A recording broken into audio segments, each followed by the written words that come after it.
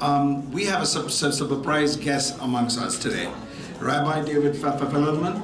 I just met him yesterday in the march in DC, and he remembered me from my Zionism speech, and then we had a conversation, and he was kind enough to come over here at such a short notice.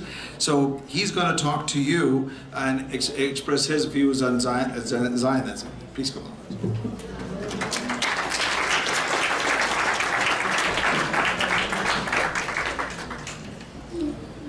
Thank you very much, Doctor.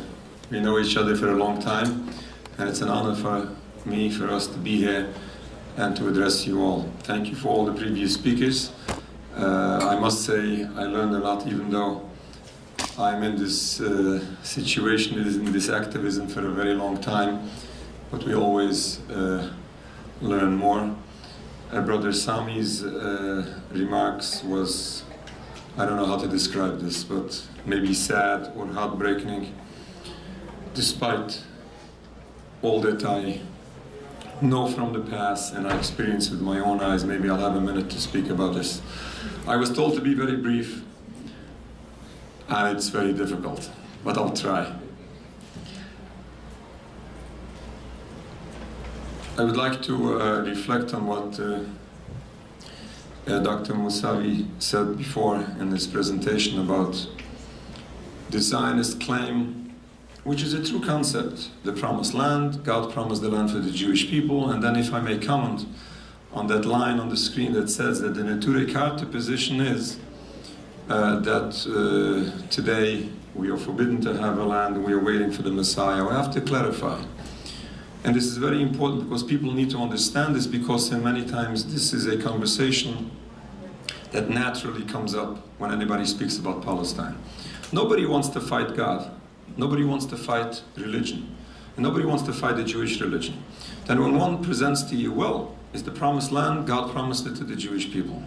First of all, what I say always is, you have to be religious in order to use that claim. You have to follow the religion that you claim. We find ourselves in a situation which is very embarrassing, where you find a movement which is officially secular. They don't deny it. It's officially secular, a movement, a group of people that by choice refuse to follow God and refuse to follow His religion.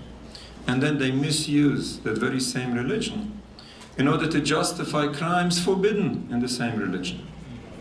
And this is hypocrisy. And just to explain, I'll be very brief. Yes, there is a true concept that God promised the land to the children of Abraham, Isaac, and Jacob. This is according to Judaism. But there is a second side to the coin that nobody speaks about. This land was given to the Jewish people on condition. There's a verse twice in the Torah which says, you should not, the land should not reject you because you defile it. Unfortunately, what happened after the promise was fulfilled, after the Jewish people were brought into the Holy Land, and we believe that we were brought into the Holy Land by God, not by our physical might.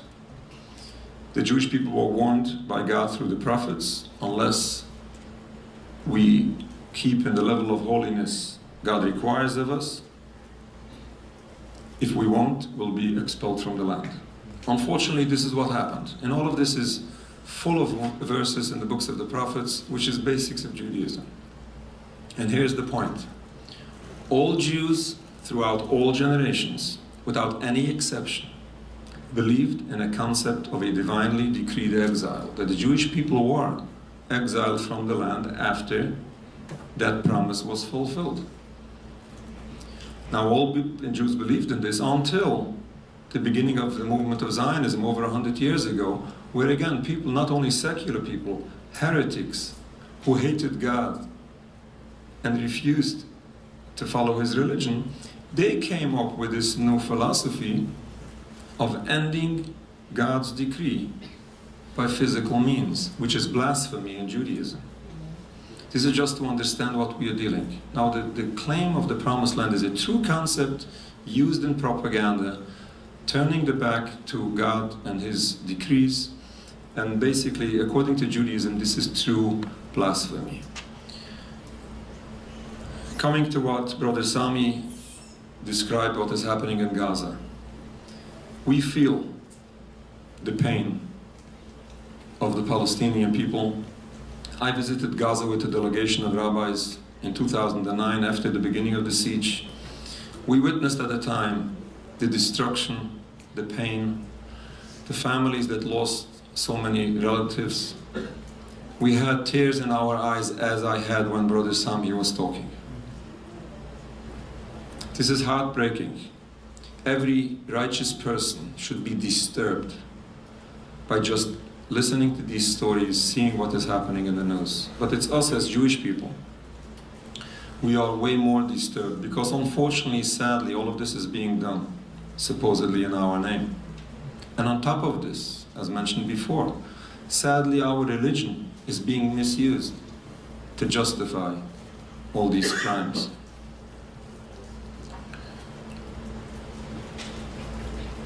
As Sister Sarah mentioned before, from the river to the sea, people think that all of this is about religion, all of this is about wiping out the Jewish people.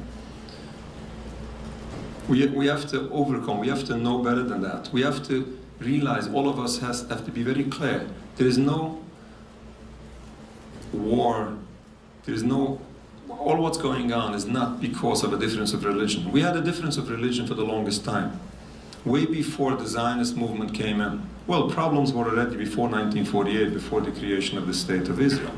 But going back to the 1920s, before then, Jewish people lived in peace in many Muslim countries. Palestine was an excellent example. We were a small minority of Jews amongst the majority of the Muslims. Without the human rights, without the United Nations, the Muslims could have killed us all. And it didn't happen. The Jewish people were respected, were protected. We shouldn't fall into that propaganda that a difference of religion is a reason and a cause for conflict. We have to remember a great difference between Judaism and Zionism. Judaism is a religion only. This is an old ancient religion. Nothing about politics, nothing about nationalism. It's about the belief in God and practicing His commandments. This new, relatively new movement of Zionism is a transformation of Judaism from a religion into a nationalism, void of religion. In other words, God forbid, you no longer have to follow God in order to be Jewish. And this is a tragedy for our religion.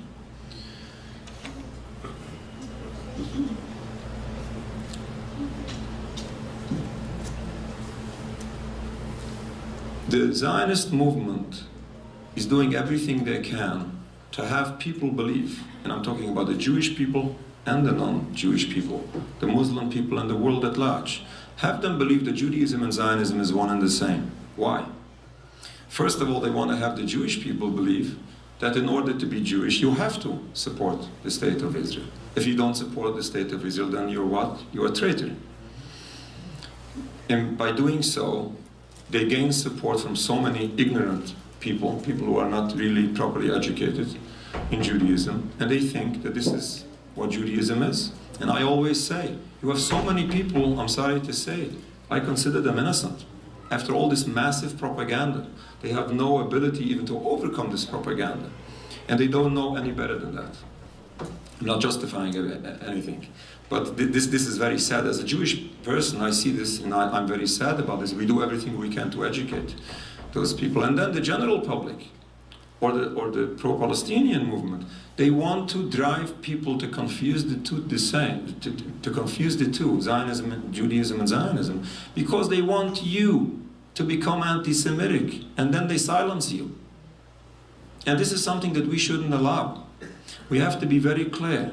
When we are speaking about crimes committed, we should criticize those crimes, but we are criticizing the crimes taking place. We are not criticizing a people, a general people. And this is very important because we have to overcome this massive propaganda. I have to add, it was mentioned before that us or other Jewish people are humans and we are standing up for humanity. Yes, we are, and yes, we do. And we are proud to do so. But our standing up for humanity is our religion. It's our religious duty to stand up for the oppressed and to condemn those crimes, especially when it's being done in our name and in the name of our religion. And I'll conclude. When we are witnessing all what's happening, first of all, I have to add, we have to realize, and many people, the mainstream media would never tell you the proper story of Palestine. They would never tell you the proper story of the opposition to Israel, to the occupation. Today, with alternative media, people know much better, but it's worth mentioning this. There are masses of Jewish people worldwide, including in occupied Palestine, who are totally opposed to this occupation, not just from October 7th. As was mentioned before, this story didn't start at October 7th. This is going on for 75 years and even before. This brutal occupation, this anti-Jewish occupation, is against Judaism, and masses of Jewish people oppose it. And it's a whole long discussion how our people in today's Israel are being oppressed in a terrible way just for speaking up, for raising the Palestinian flag, which was, I'll tell you just a short story that happened, I believe, a week ago, where since October 7th, maybe you're aware, it has become illegal in Israel to mention anything about Palestine. If you post a social media post with any support of Palestine, it's officially illegal. They can arrest you for that. Still in all, we had a march going on the streets of Jerusalem with Palestinian flags. Palestinian flags were raised on the buildings, painted on the walls. People were arrested. The synagogue was vandalized. Scholars were dragged out of synagogue during studies. And this is going on all the time. This is not only now. And we have to realize what is going on. Again, coming to the conclusion, if we are truly concerned for the future, for the safety and security of all, and we say this here, we say this for the world, we stand out outside and we address our politicians in the United States and world leaders, we have to realize that the situation we are in today didn't start at October 7th. This is an ongoing brutal occupation which sadly resulted in all what we are seeing happening. We don't condone violence, none of us do, but unfortunately we have to face reality. As the Secretary General of the United Nations said just recently, what happened October 7th was not out of a vacuum. Unfortunately, this is a result of this brutal occupation going on.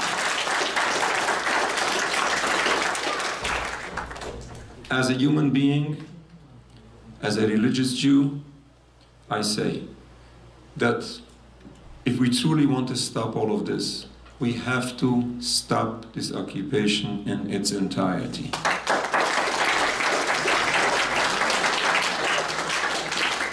And as human beings here in this room, we all agree. We lived in peace before all of this started. We have to use the past history as an example to teach us how the future is supposed to look like and how it can look like. We hope, we strongly hope, we pray to Almighty God that this occupation stops in its entirety. We hope that this stops peacefully with no more suffering of anyone. And at that time, we see the future, how nice and how beautiful it will be, inshallah.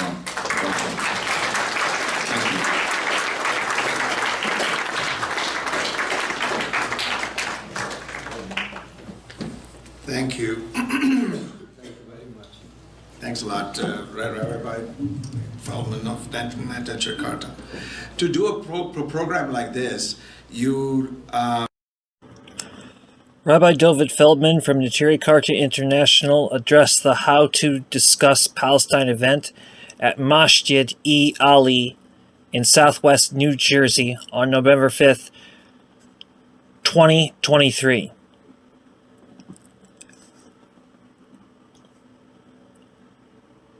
There was no better way to start this, because for those Jewish people who still believe the Mizora exists, it can only exist with Neturei Karta, and that is actually materially proven.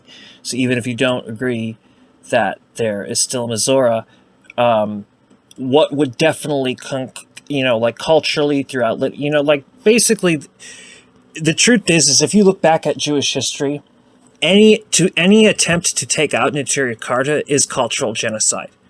They are the remnant of what. They are the remnant of the succession of the generations, quite literally. Chabad Lubavitch is not, on the other hand, and that gets into a whole different field of things.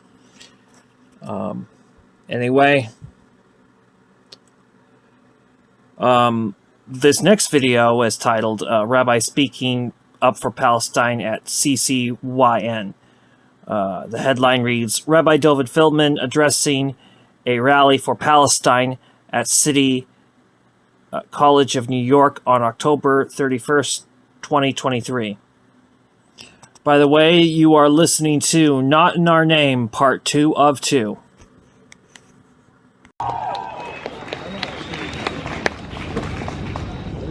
Our next speakers, I would like to thank and introduce Jews United Against Zionism, Rabbi David Feldman.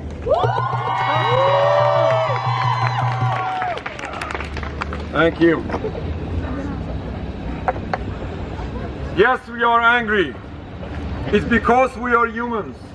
We stand here on the CCNY campus as human beings, and we condemn this genocide taking place in Gaza, where we witness, where we see so many innocent men, women and children mass murdered. This is criminal and has to stop. As Jewish people, we are here joining you all. It's because we are Jews. It's because we know what suffering is. It's our communities, it's our families who suffered in the Holocaust. We know what suffering is, and we don't want to see this happen to anyone.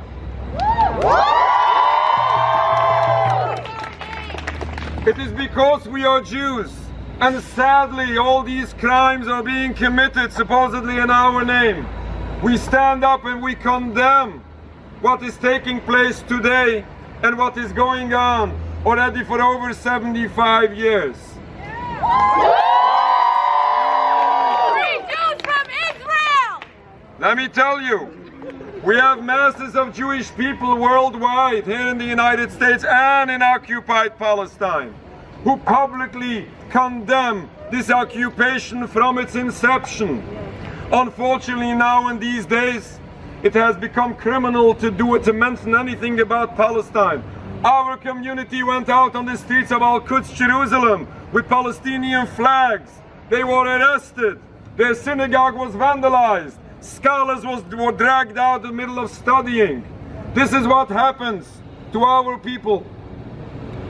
But we have to realize that the state of Israel does not represent all Jews, and certainly the Jewish religion does not condone all these violence, these crimes which are not only criminal according to international law, these are violations of Jewish law as well. But the Zionist movement wants to make you believe that all of this is the same. They want to confuse Judaism with Zionism. Judaism is a religion which has nothing to do with politics or with occupation. To confuse this with today's Zionism, which is a purely political criminal movement. Why do they conflate the two? Because they want you students, they want to blame you. If you stand up for righteousness, if you stand up for justice, if you stand up to condemn these crimes, they want to make people believe that you are anti-Semitic. This is not the case.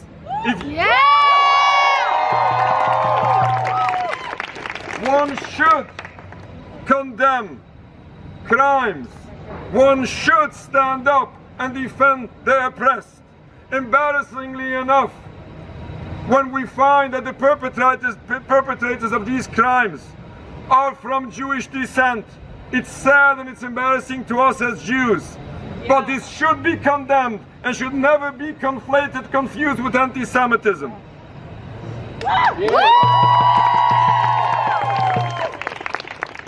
Students on campus should have the freedom to speak up and to express their consciousness and to speak up for their families and their people. This is basics of freedom of speech. Unfortunately, what we are witnessing today, this genocide didn't start on October 7th. Unfortunately, this is an outcome. We don't condone violence, but this is sadly an outcome of over 75 years of brutal, unending occupation.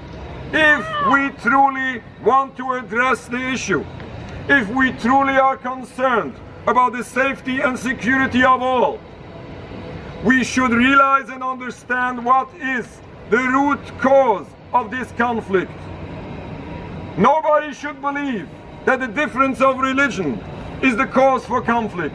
We had differences of religion for the longest time, and we did not have conflict. We lived in peace in so many Muslim countries. A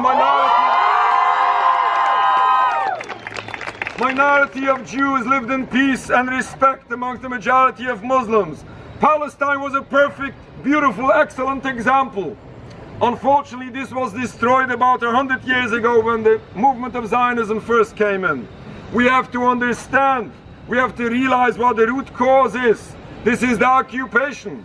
This occupation has to stop in its entirety.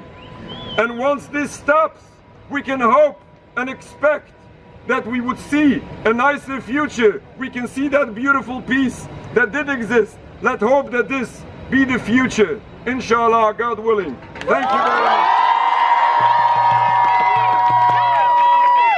Not in your name! Not in your name! Not in your name! Not in your name! Not in your name! 1, 2, 3, 4. 1, 2, 3, 4. Occupation no more. Occupation no more. 5, 6, 7, 8. 5, 6, 7, 8. Israel is not a Jewish state. Israel is not a Jewish state. 1, 2, 3, 4. 1, 2, 3, 4. State of Israel no more. State of Israel no more. 5, 6, 7, 8. 5, 6, 7, 8. Stop the killing. Stop the hate. Stop the killing. Stop the hate. Thank you very much.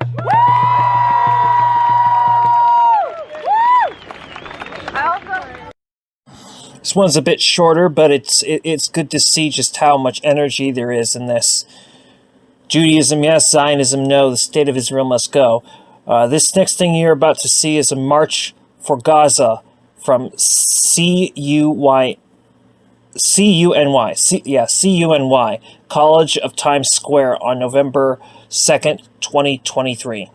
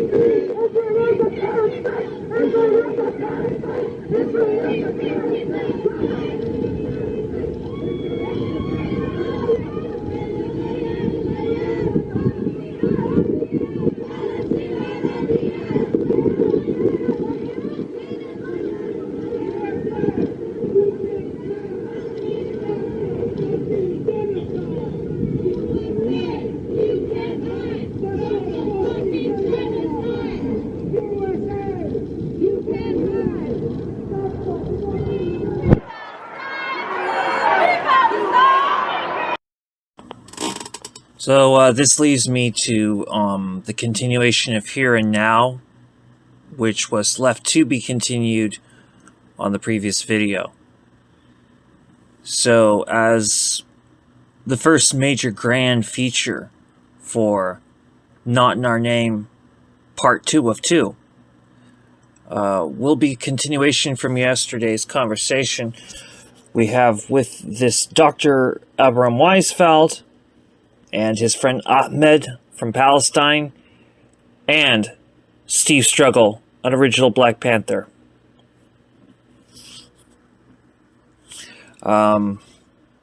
This came out. This came out and was posted on October 21st, 2023. Here and now, here we are. Okay, Palestine is in a state of revolution and counter-revolution.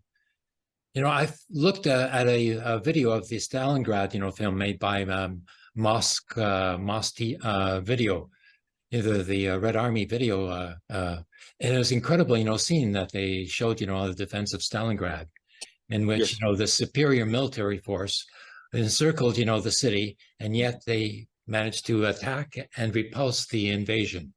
And I was thinking, if Israel ever tries to invade Gaza City, that it would turn into a Stalingrad for Israel, because they couldn't, withstand, the force of a determined nation against a bunch of, conscripted youth, who don't even want to be there.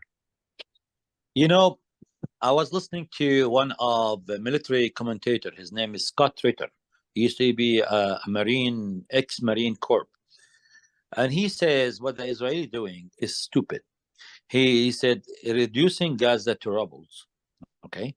And they think they're going to go inside with their tanks. They don't know that the rubbles and it will be excellent for urban warfare. Okay.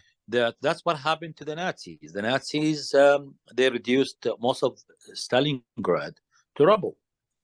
And actually, there was one of the generals told the Hitler not to bomb Stalingrad because we will have hard time taking it over. He said, "No, you don't know what you're doing. We're gonna do that." So what they did is the same thing for Volgograd, okay, which is called I think I don't know Stalingrad, yeah. yeah. So basically, what the Israelis have already done, actually, they gave, militarily speaking, I'm talking, of course, the advantage to the Palestinian freedom fighters to swallow them, basically, crush them, because you can't do much with your tanks and APCs, okay, armored personnel carrier, in an urban that is rubble.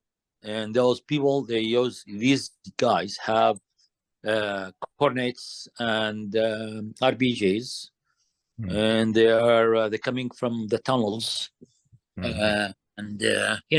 so the Israelis will have to face many casualties, huge casualties, the Zionists. Yeah, so that's too bad for them. They asked for it. They are. I don't think. It's been 14 days since the heroic breakdown of the ghetto doors, or so and the Zionists been saying we are going to go inland, on land, and every time there's one day they said the weather is not good, it's raining.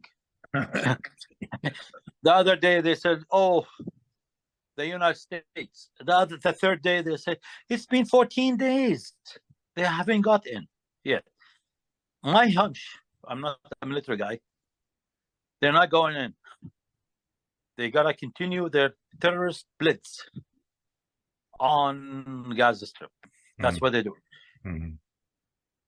Yeah. So, but back to Canada and of course United States and the rest of the West. Shame on the media. The media is is all enlisted in working as a propaganda machine to the Zionist enterprise in Palestine, calling the Palestinians either terrorists or they don't exist. So if we exist, we are terrorists. If we don't exist, we don't exist. You know, So- my uncle was called a terrorist by the Nazis because he was a partisan. Of course. As they say, one person terrorist is another person freedom fighter.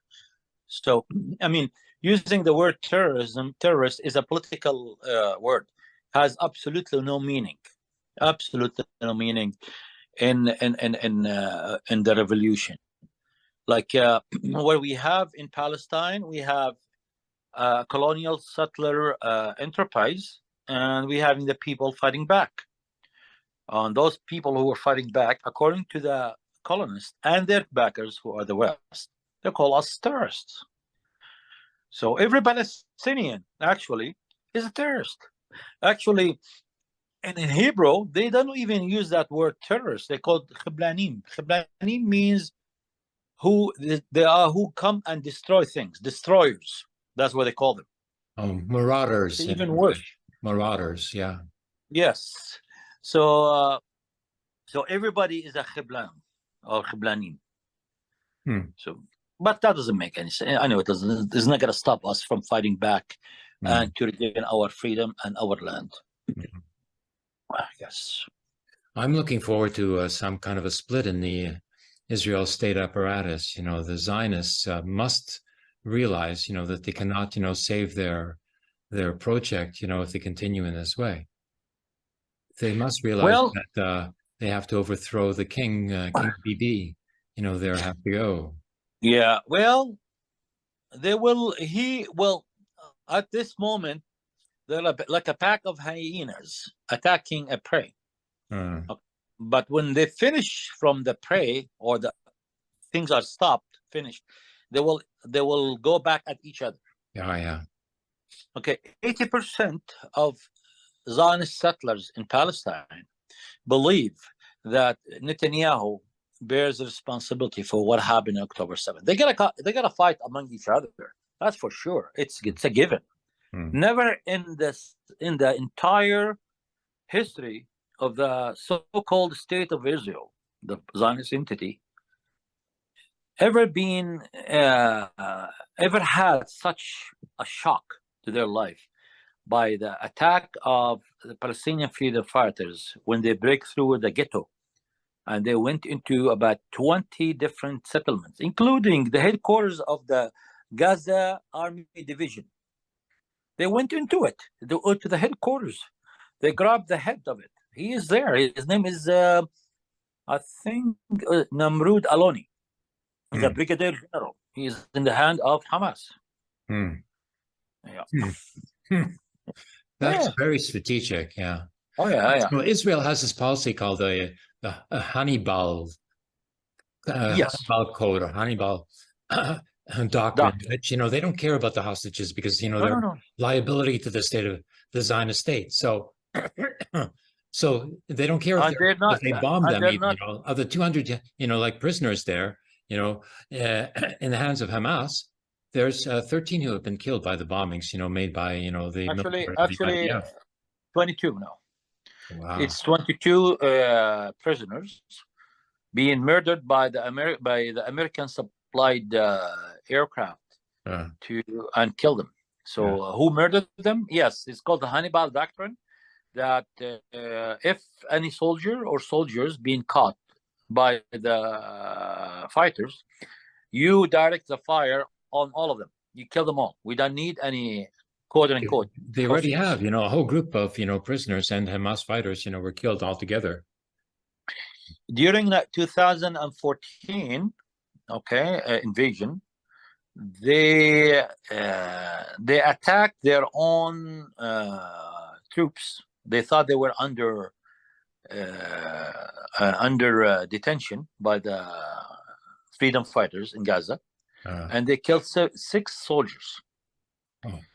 But that's the Israelis. They know this. I mean, the so-called civilians. They don't know that their own children being murdered by their own army, so they will not be swamped with Palestinian prisoners. So even the Zionist soldier's life is becoming useless. Has no price to it. Is zero price. Yeah. It's as good as a Palestinian. Yeah, because they are an asset to the Palestinians and not to the Zionist state. The state, Exactly. this nation state, mentality, this concept, it comes from Hegel. I did my whole doctoral thesis about this concept of the nation state, and inevitably leads, to a racist, fascist conclusion, because it's based upon the concept of a purity, one nation, one pure nation, and none other, and any minority nation, any nationality is considered like an infection, and they react as if they're an immune system, and they try to expel, the Jewish and the Roma peoples, of Europe who are subjected to annihilation because we wouldn't leave. And this Exactly. is what trying to do the Palestinians. Nation states, do this sort of thing. Because one nation, one state concept, it's so monolithic. It's incredible. Once, and I think in early 1940s, I believe, somebody said to Ben Gurion, David Ben Gurion, about some Bulgarian Jews who are refusing to return to the promised land. And he had still a phrase. He said that the cows that grazing in the land of Israel is worth to me more than those Jews who are refusing to come to Palestine. Whoa. This is even any Jew who doesn't serve the Zionist enterprise in their own establishment, he's worthless. Despite they act and behave that, we are here to protect and represent all Jews of the world, but they're not. I've had Zionists tell me that I should have been killed by the Nazis because I'm not a Zionist. There you go. There you go. That's it. That goes with what David Ben Gurion said in the early 40s about the Bulgarian Jews who refused to immigrate, and actually after that the Nazis took them. Actually, that's what happened. Those Bulgarian Jews, they were taken by the Nazis to the gas chambers, and when he asked, he was told about them. He said these people refused to come to Palestine. And they end up with the Nazis. The cows of Eretz Israel is more worth to me than them. Basically, they could go to hell. That's his bullshit about refusing to go to Palestine. Only the rich, like Jewish strata, could make it to Palestine. Like you just can't, leave if you're living day to day. You need, your job to be able to eat. Most Jews of Europe. Most of the Jews were poor, working class Jewish Bundes, and the Zionists are happy that the Jewish Bundes, working class was all eliminated. Most European Jews refused to go to Palestine. And in principle, not just only being poor and they can't afford it, is not the point here. The point is most Jews refuse the point of going to Palestine. Actually, they were preferred to go to the New World than going to Palestine. 2 million went to the United States. So, but after the Second World War, the complicity of the 6 million issue, many were driven by fear to run away. But anyways, that's not the most important thing. I'm talking about Zionism was not part of being a Jew. If Judaism is a Zionism, most Jews in Europe before the Second World War, they would have gone to Palestine, which is not the case. No, it's not the case, because the Jewish Bundes, who were the majority of the Jewish people in the working class, wanted to fight against fascism. They wouldn't let fascism pass. Like, what's the point, of running away from fascism? It's going to follow you, and everybody knew this. Exactly. So everybody knows the incident that what's his name, Menachem Begin's father, who attacked a Warsaw synagogue with an axe. because the synagogue was making a funeral to a Zionist. He attacked. He went into the synagogue with an axe to fight. Why? How dare you making a funeral to a Zionist?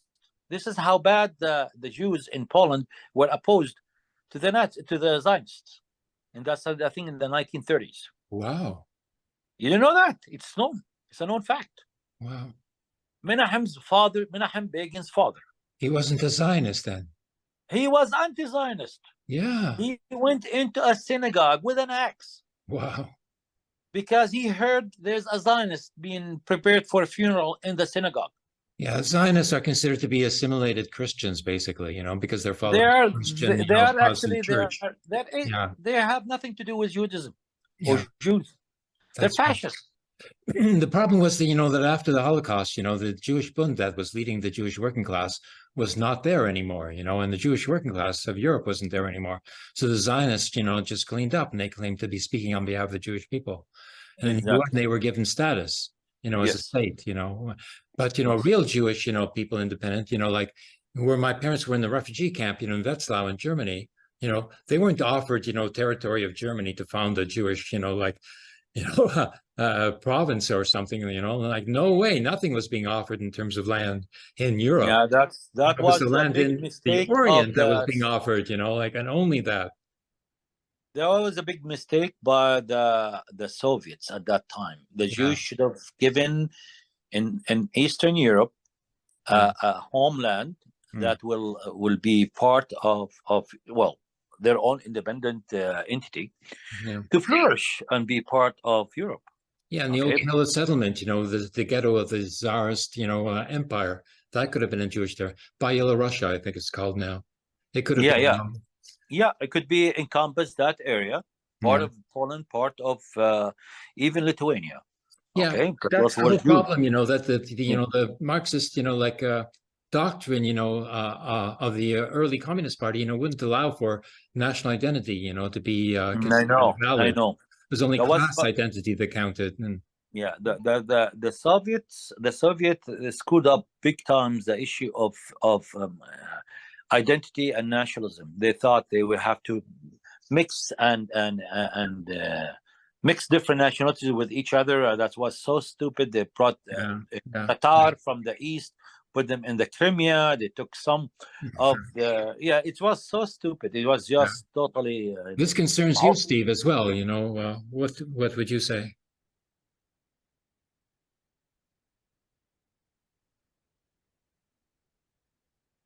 Oh, your microphone is muted still.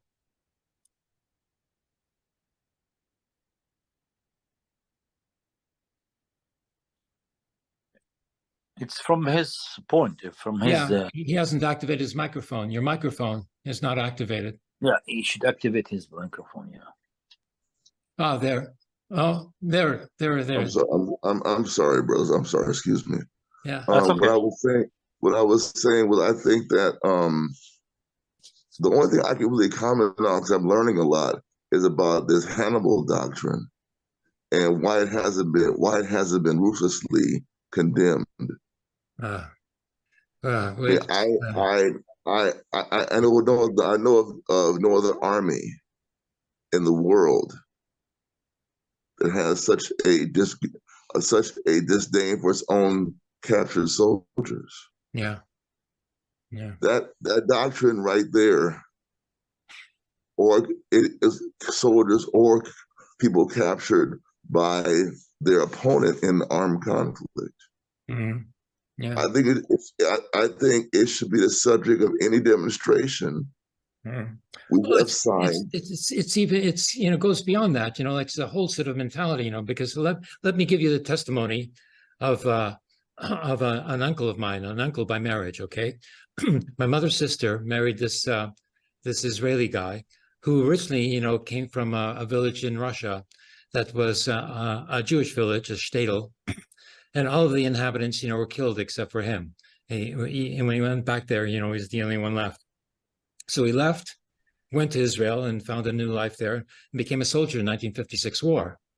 And he admitted to me after we had, many, arguments, at the family Seder at Passover, in the springtime, and I get expelled from the family dinner because of him. He admitted to me later on, that he had been ordered to execute Egyptian prisoners of war, unarmed, who were ordered to take their boots off, who couldn't run away. And he was ordered to execute them, and he did. At the time he told me about this, I thought it was, like a small number. But then I hear thousands of Egyptian fathers were killed in that manner, by this guy who's my uncle. I couldn't, fathom it, And it's incredible, and in the family, I get, blamed for being, the black sheep of the family or something like this, but this guy, this war criminal, is, considered to be legitimate. It's incredible. Well, I again, I'm just going to say that since we're on the topic of the Hannibal Doctrine, and since I learned it from you 2 weeks ago, I did not know about this doctrine. I think that anyone opposed to the occupation on the Jewish side, anyone opposed, I'm not saying only Jewish people should raise this issue, but I think it should be raised by the Jewish people. Yeah. Because it comes from a government like we talked about previously. This government claims to represent Jewish people. It claims to represent Jewish people all over the world, right? Right. Yeah. Okay. Right. Yeah. So therefore, how can you support a government that says if anyone of this nation is taken captive in a war, we are going to kill you? Yeah. Okay. That's a bit much for me to swallow. Yeah. They've been doing it on the West Bank for the past years. They don't take prisoners.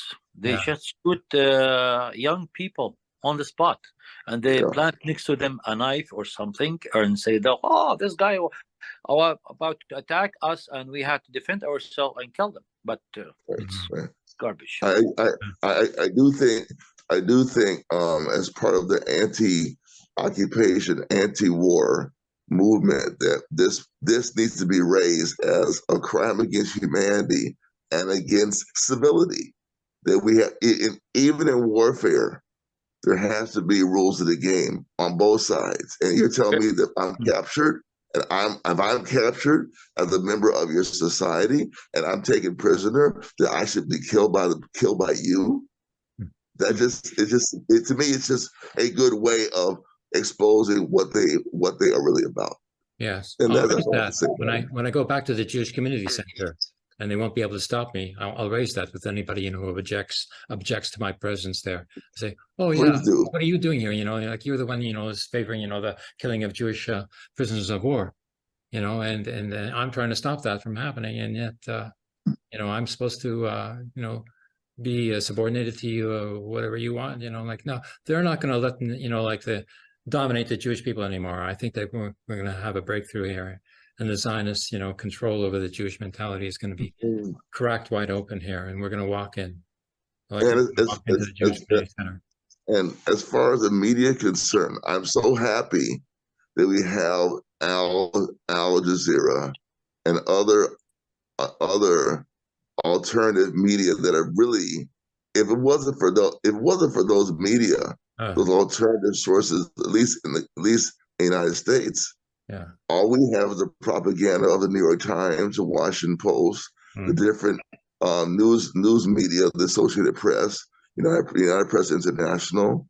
There's just simply there's no alternate view, and of course, no one will say, well, historically the Palestinians have a right to self-defense, including the right to attack their enemy.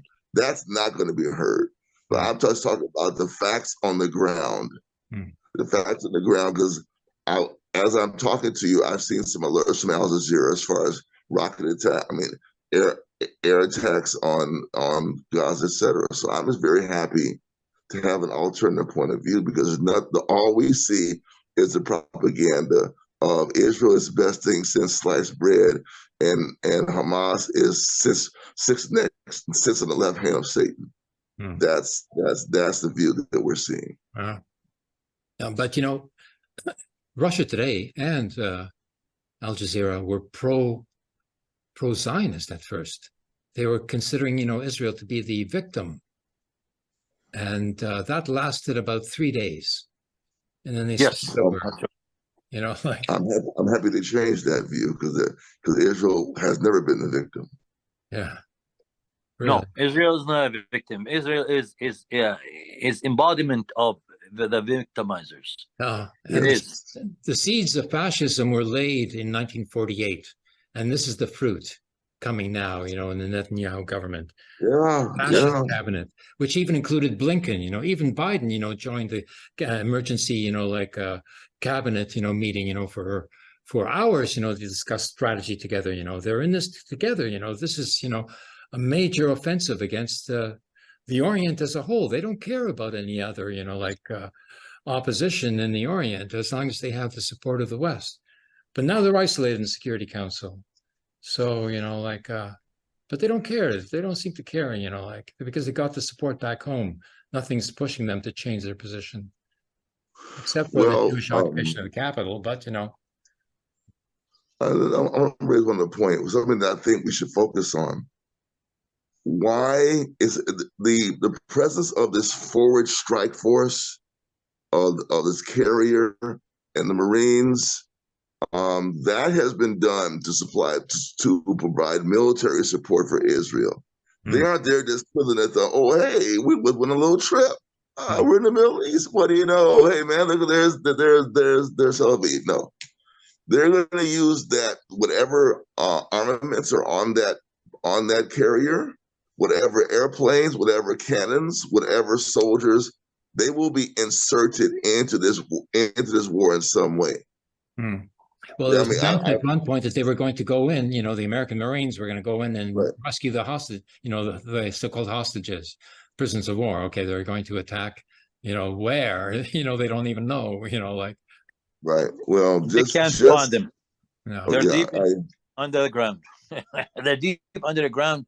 Nobody knows where they are. If they know, even they know, they can't go into these tunnels. They're lucky to be in the tunnels because they're not being bombed on the surface like all the civilians. Exactly. Initially, there's 22 of them being murdered by the Israeli airstrikes. Yeah. And they were in safe homes, and these safe homes were, they're being bombed.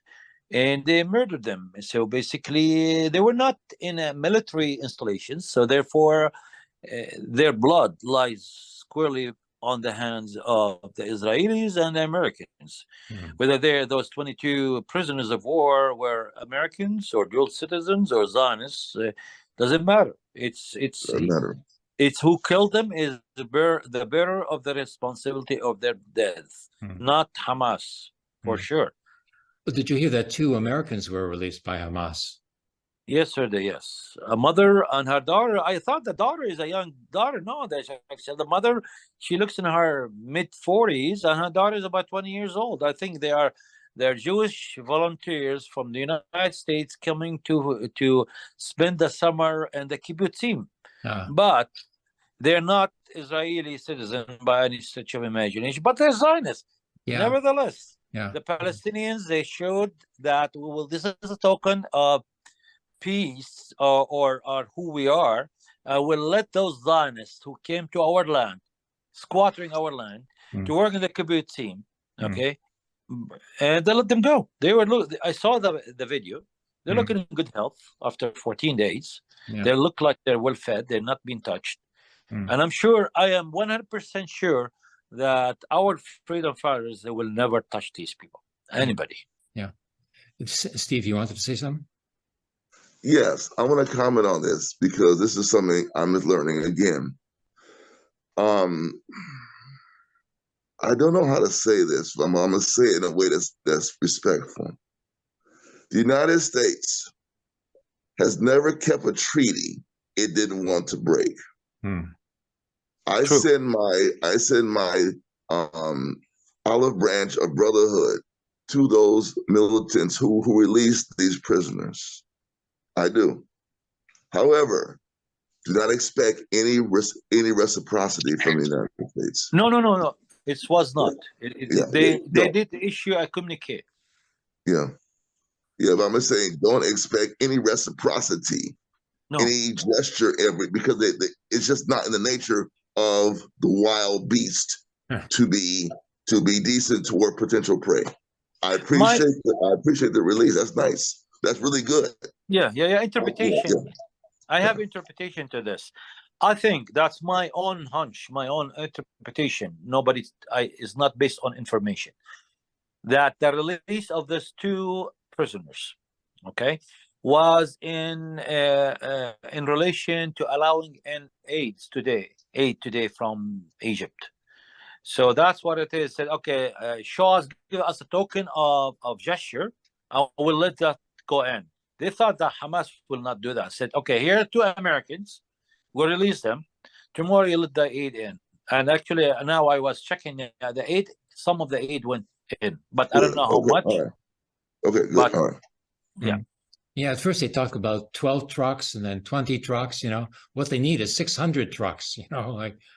Yes, that's true. And during normal times, they only allowed in 100 trucks a day into the whole Gaza. Remember, they're putting people of Gaza on diet. Yeah. That's a very bad diet. Yeah. Actually, one of a general of the Israeli Civil Administration Department, which is an army dealing with the Palestinian. He said it, he said a few years ago. We are when he asked why you just allowing such amount of food to go into Gaza, he said, we are monitoring the calories of each person taking in Gaza, and we're putting the Gazan on diet.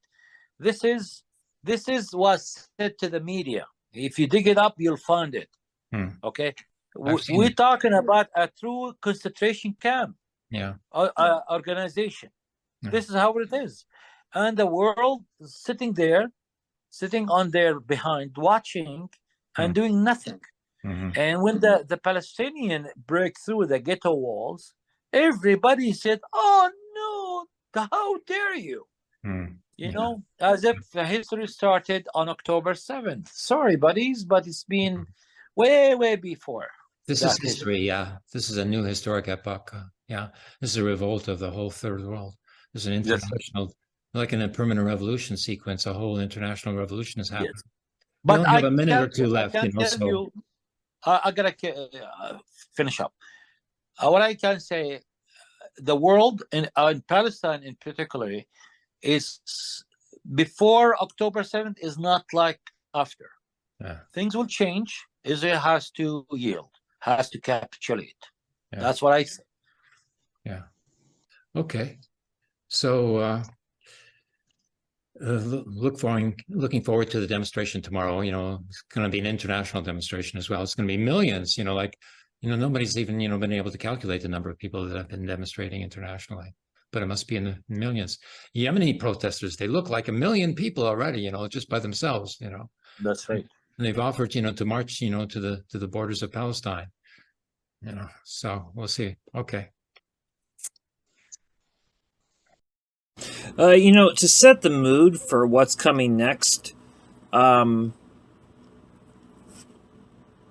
you should familiarize with the English translation to the lyrics of Zog Nit Kemmel, which Zog Nit Kemmel, by the way, is the Jewish partisan song, which is actually a Bundist song. I don't need to prove that. That's actually been referenced many times.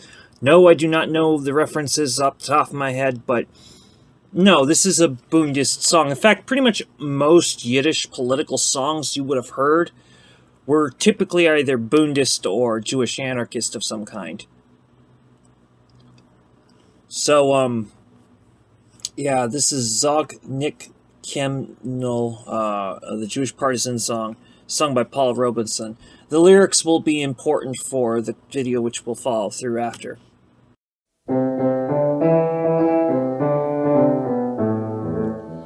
Never say that you have reached the very end, when leaden skies a bitter future may portend. For sure the hour for which we yearn will yet arrive, and our marching steps will thunder we survive. For sure the hour for which we yearn will yet arrive, and our marching steps with thunder we survive. Not lead but blood inscribes this bitter song we sing. 'Tis not a caroling of birds upon the wing, but 'twas a people midst the crashing fires of hell that sang this song and fought courageous till it fell. But 'twas a people midst the crashing fires of hell that sang this song and fought courageous till it fell.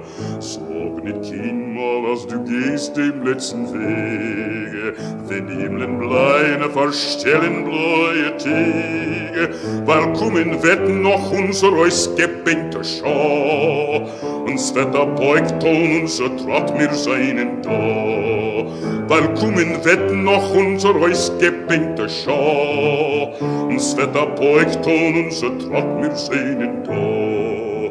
Geschrieben ist das Lied mit Blut und nicht mit Blei. Es ist nicht ein Lied von so einem Vogel auf der Frei. Das hat auf Volk zwischen Fahlen dicker Wind. Das Lied gesungen mit ner Gannes in die Hand. Das hat auf Volk zwischen Fahlen dicker Wind. Das Lied gesungen mit ner Gannes in die Hand.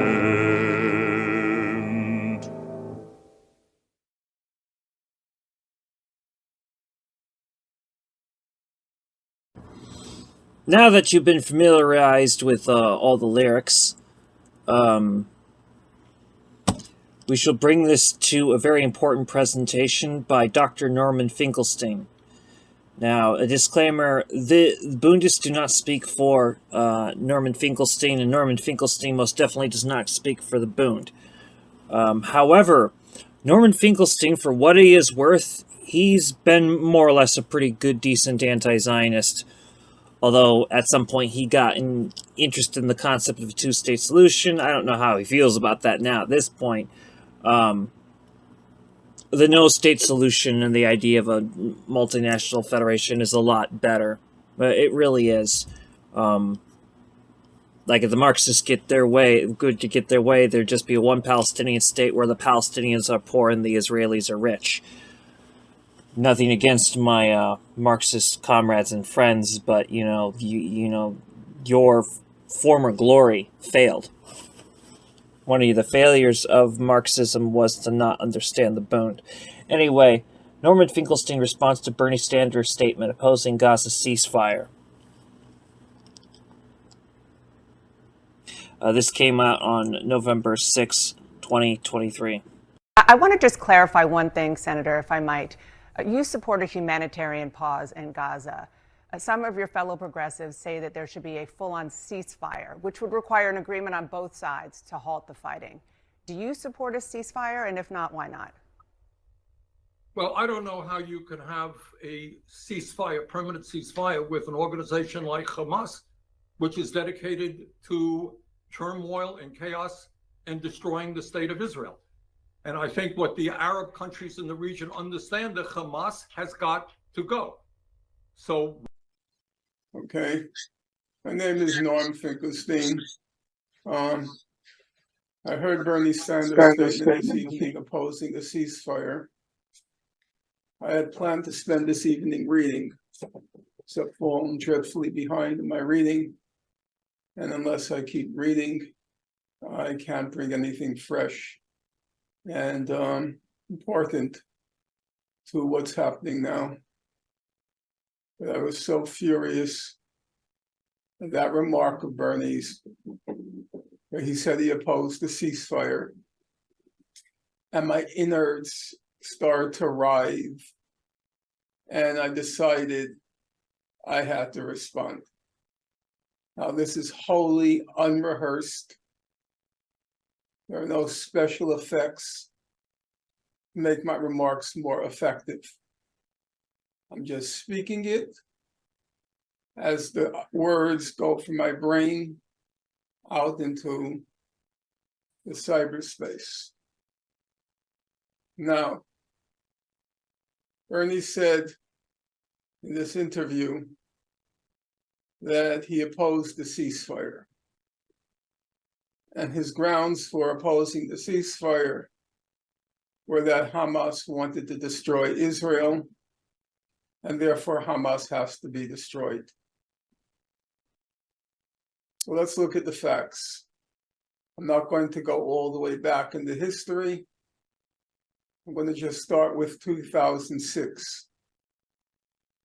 In 2006, there was an election in the West Bank and Gaza, parliamentary elections.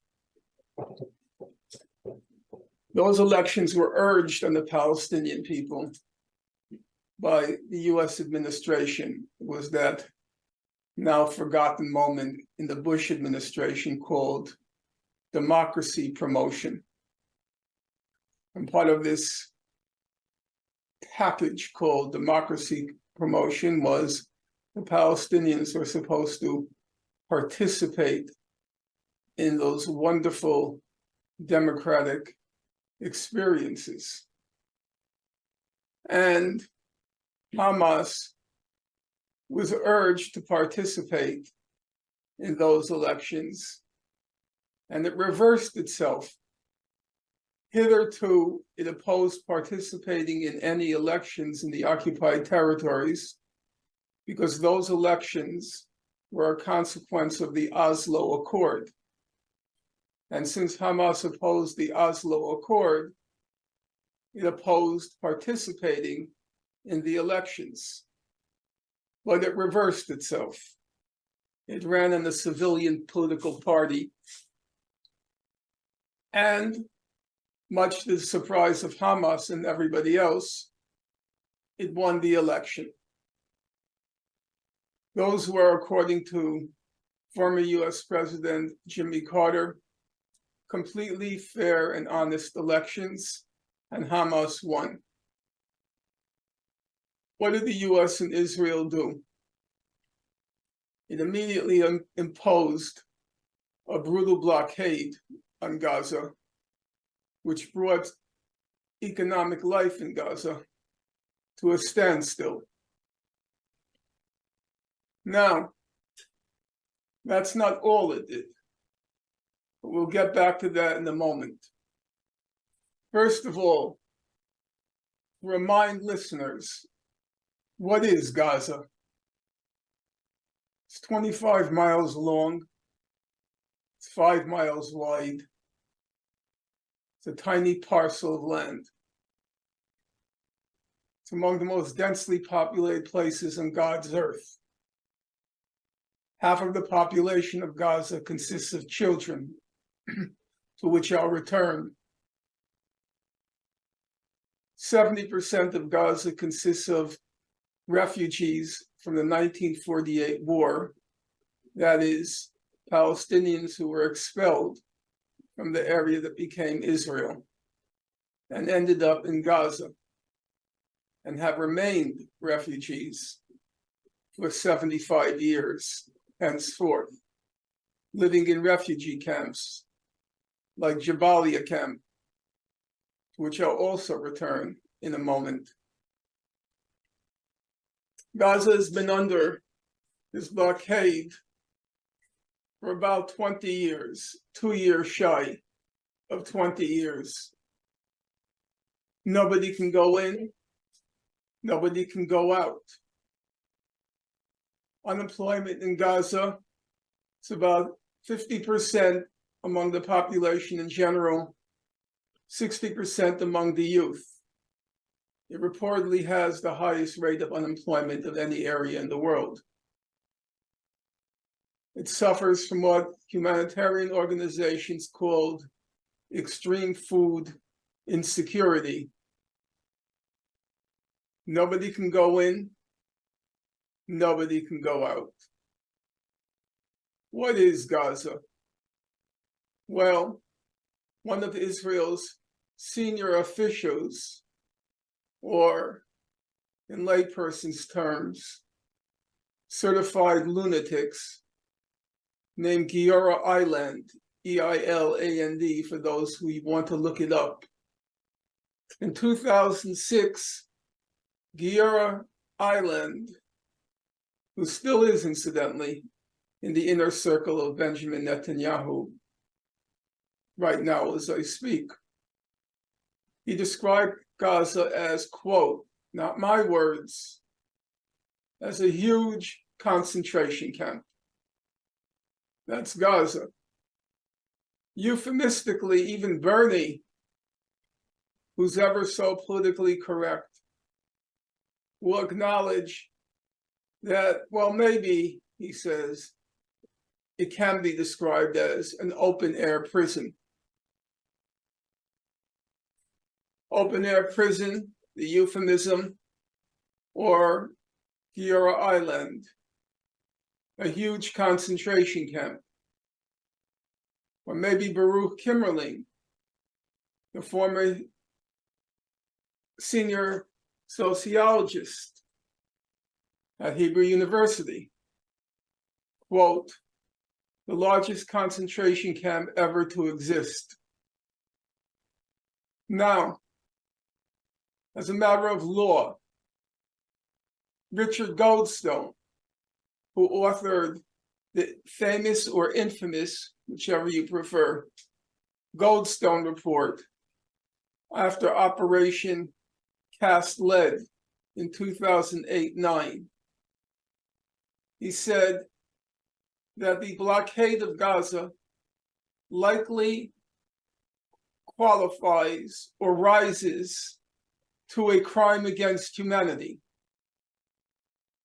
That's a crime against humanity that's endured for 2 decades. Not a momentary crime against humanity, say dropping a bomb on a hospital or dropping a 2,000-pound bomb on a densely populated refugee camp. Not a momentary crime against humanity, but a crime against humanity that's endured for nearly 2 decades. But bear in mind, it's Hamas that must be defeated because it wants to destroy Israel. Not Israel that must be destroyed because it wants to incarcerate, immure an entire population, half of whom are children, in the concentration camp, which constitutes a crime against humanity. No, Israel doesn't have to be destroyed. Only Hamas has to be destroyed. Well, first of all, is it true? I'm asking you, Bernie, I don't know if you know the facts, and I will grant you that focused as you are on domestic issues, I will grant you probably don't know the facts, and you're entitled not to know them. You know Build Back better than me. And that was your priority. That's always been your priority. And I have to respect that. I saw your speech for the United Auto Workers during the strike. And as much as I've soured on you, I have to acknowledge it was a great speech. I talked to Dr. Cornel West shortly after that speech, and I said it was, really a brilliant speech. And he said to me, well, Bernie was in his element. Workers' strikes, workers' rights, unions, it's Bernie's element. Fine. And I'll grant that in your element, you're good. Actually, you're as good as they get. But, and here I'm going to quote Claire Daly from the European Union. When Ursula von der Leyen when she decided, without any mandate, to go over and embrace Israel and say we all stand by Israel, Claire Daly, the Irish representative in the European Union, she said, quote, referring to van der Leyen, she said, quote, if you have nothing constructive to say, shut up. I'm going to repeat that to you, Bernie. If you have nothing constructive to say, shut up. So here are the facts. When Hamas was elected, it repeatedly sent out peace feelers to try to resolve the conflict with Israel. It presented on its own, or as speaking for itself, the terms of the international consensus for resolving the conflict, namely 2 states on the June 1967 border. Now, it's true, because I have no quarrel with facts. I've always been of the opinion that there's no contradiction between truth and the struggle for justice. And if there were a contradiction between the two, it would probably cause me a moral crisis. But at the end of the day, I would come out on the side of truth. Hamas, yes, it's true. There were areas such as its demand for the full implementation of the right of the return of Palestinian refugees to the homes from which they were expelled in 1948.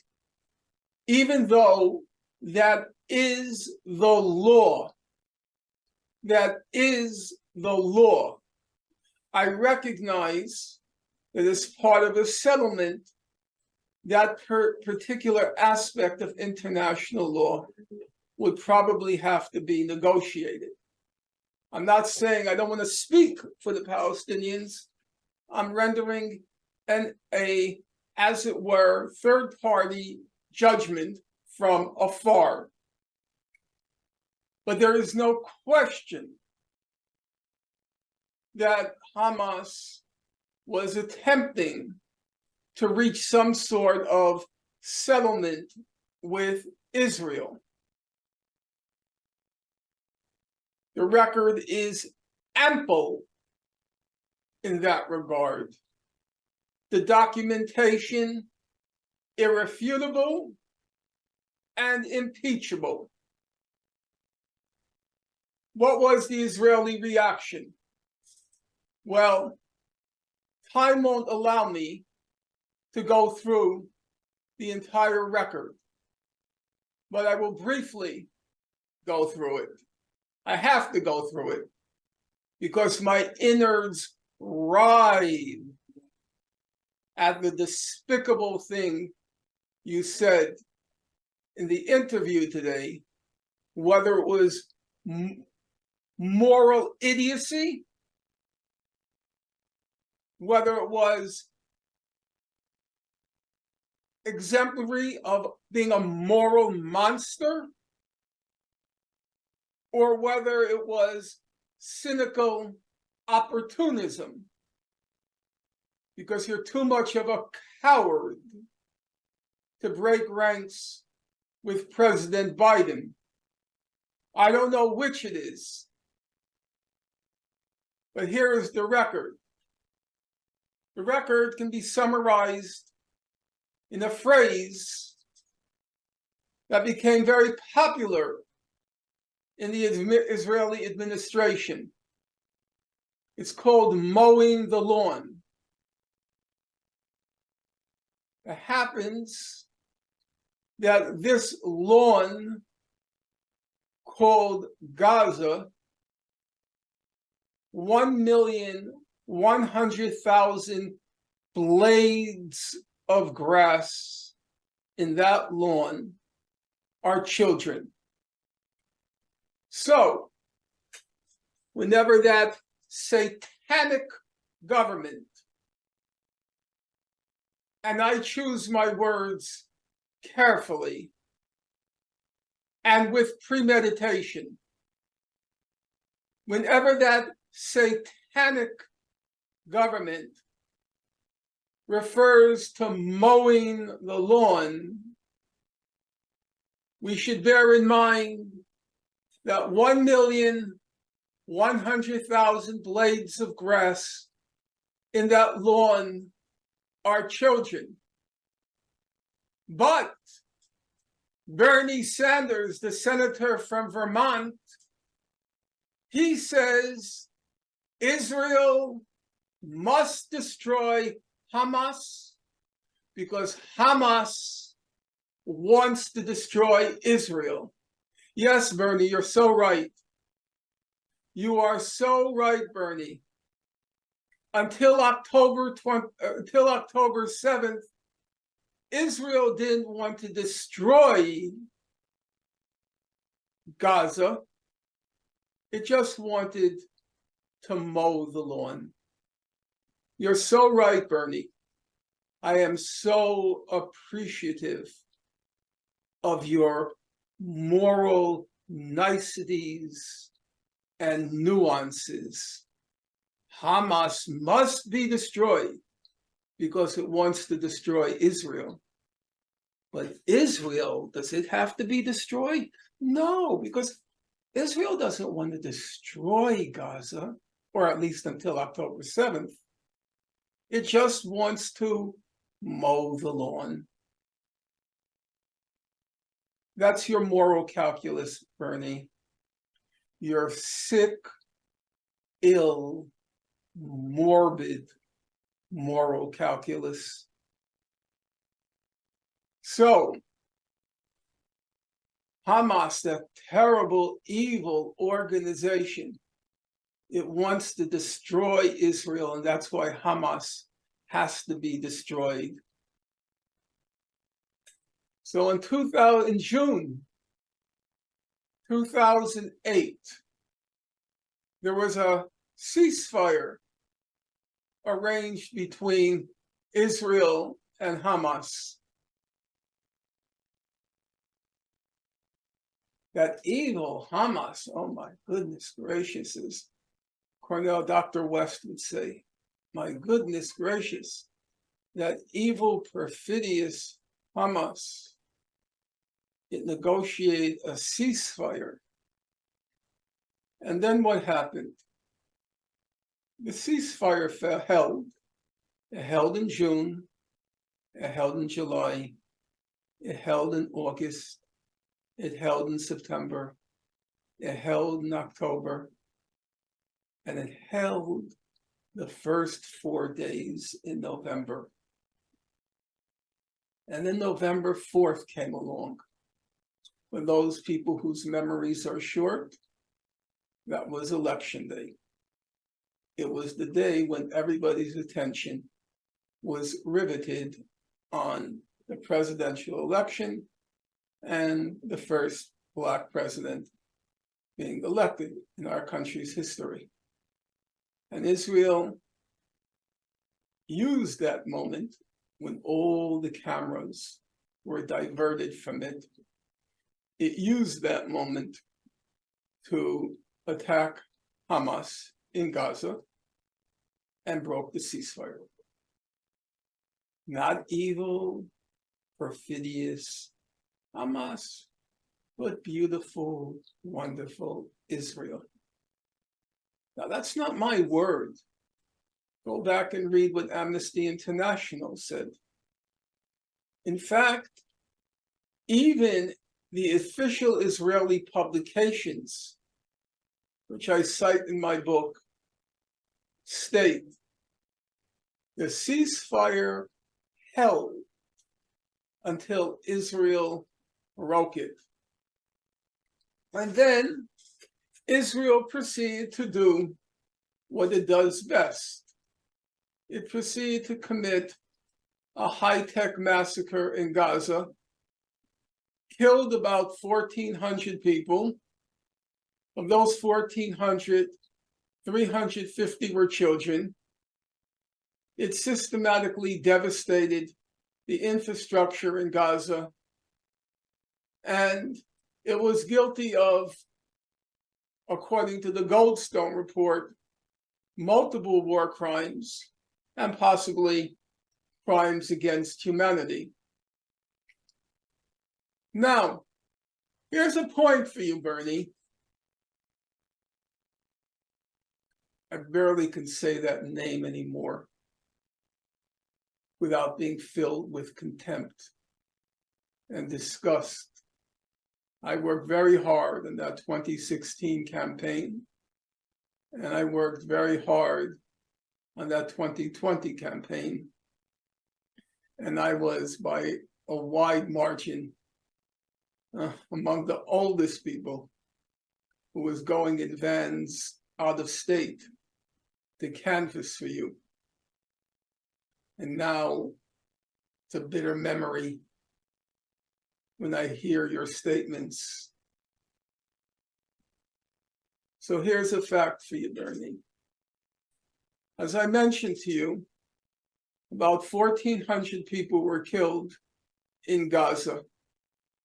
The estimates are 4/5 were civilians, 1/5 or 20% were combatants. If you look at what happened on October 7th, the numbers are roughly the same. About 1,400 civilians were killed after the prison breakout or concentration camp breakout in Gaza. The numbers I've seen are about 400 were combatants among the Israelis killed. But roughly speaking, the numbers balance out. So here's my question for you, Bernie. And I'm dead serious. This ain't a joke. I'm not talking about scoring debating points. It's about people, to quote the Warsaw Ghetto Resistance song. It's really the partisan song, but the Warsaw Ghetto Resistance song.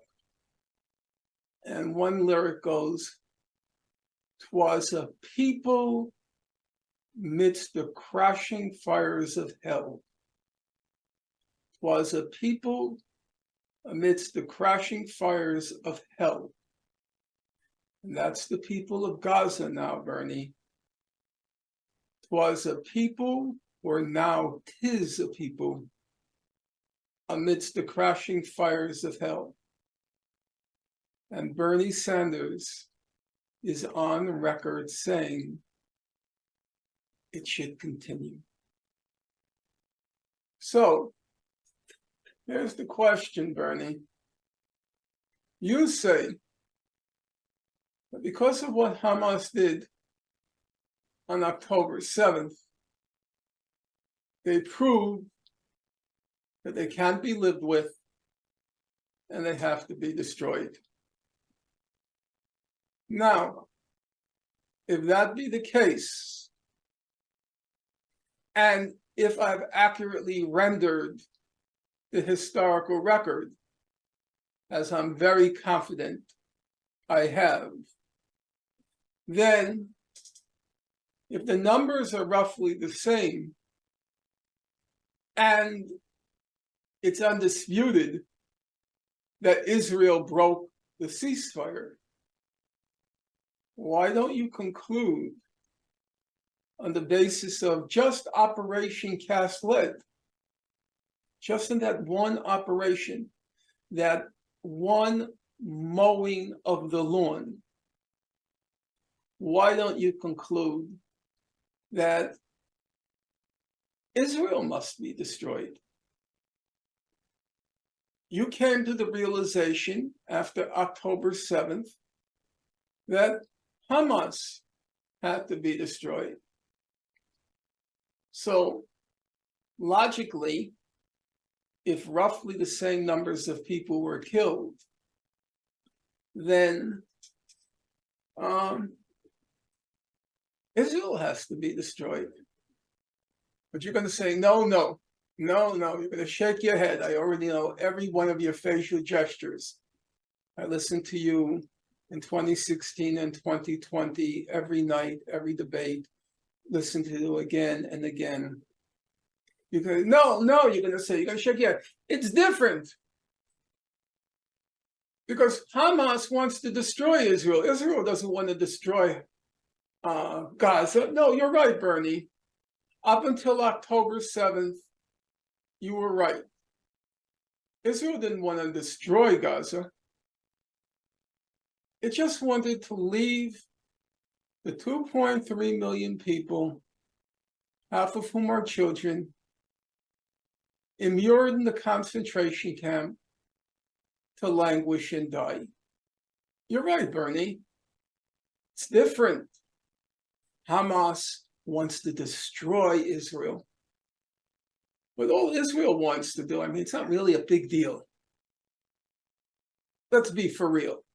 All Israel wanted to do was immure 2,300,000 people in a concentration camp and leave them there to die. So that's, there's Bernie's moral subtlety. You know how philosophers love nuance. They love complexity. They love nicety. Evil Hamas, it wants to destroy Israel, whereas Israel, all it wants to do is lock 2.3 million people in a concentration camp for life. If you go to Operation Pillar of Defense, it happened, and I don't have time to go through the details now. It happened that after Operation Cast Lead, there was a slight relaxing of the brutal blockade of Gaza. And it enabled, it was probably just a temporary blip. That's what Sarah Roy has written, the Harvard economist. And of course, I defer to her judgment. She's the world's leading authority in Gaza's economy. She said it was probably just a temporary blip. But the fact is, the Gaza economy did show some recovery, signs of recovery. And there was also money starting to pour in from Qatar. The head of state of Turkey, Erdogan, was planning on a visit to Gaza. And this annoyed the heck out of Israel, because Gaza was not supposed to prosper. Again, relatively speaking, when I speak of prosperity, it wasn't supposed to prosper. So what did it do? Record is clear. It assassinated a senior Hamas official. It happened that this senior Hamas official named Jabari, he was the main contact with the Israeli government. He was the one responsible for negotiating the ceasefires with Israel. And at the moment he was assassinated, he was in the midst of negotiating a long-term ceasefire with Israel. You hear that, Bernie? Those evil, perfidious, devilish Hamas leaders, they were so perfidious that they were planning to negotiate a long-term ceasefire with Israel. So what did Israel do? They killed him, and then began Operation Pillar of Defense. And then in 2014, it's time to mow the lawn again.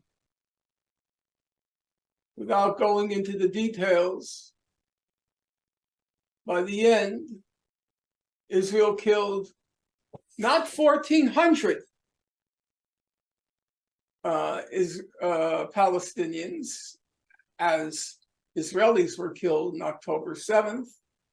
They killed 2,200 Palestinians, of whom 550 were children. They demolished 18,000 homes. Peter Moore, the head of the president of the International Committee of the Red Cross, whose job is to tour war zones. That's his resume, his CV, to tour war zones. After he toured Gaza, he said never in his professional life had he seen destruction of the magnitude that he witnessed in Gaza. But it's Hamas that has to be destroyed, because it wants to destroy Israel. It doesn't recognize Israel. Hamas is the problem. Hamas. Let's not talk about destroying the state of Israel. That's sacrosanct. That's not even a conceivable concept. But destroying Hamas, because they're evil incarnate. They're so evil that they negotiate ceasefires. They stand by ceasefires. They attempt to restore the devastated economy in Gaza. That's pristine, distilled evil incarnate. And then comes October 7th. I've spoken about it at length to the point of tedium, so I'm not going to repeat myself in this response to you, Bernie. But I have to say, with all due respect, the things you've been saying since October 7th, you're positively ill. Now, I know you're thinking, well, I've heard some of the things you said, and I think they're ill. Fair enough. However, we can disagree on that. And we can disagree forcefully on that. But when you say you oppose a ceasefire, you've crossed a red line. You become a moral monster. I'm going to say that again. You become a moral monster. I read yesterday your tweet. Now, you'll forgive me for not getting it verbatim correctly.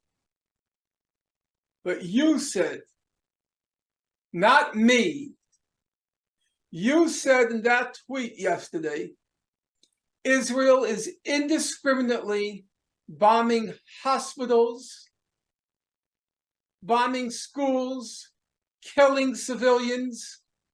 You said that. And I'll ask the people who are recording this video to post right as I recite these remarks, which I acknowledge are a paraphrase of what you said yesterday. Now, when you oppose, I should say, when you oppose a ceasefire at this point, you are in effect and in fact,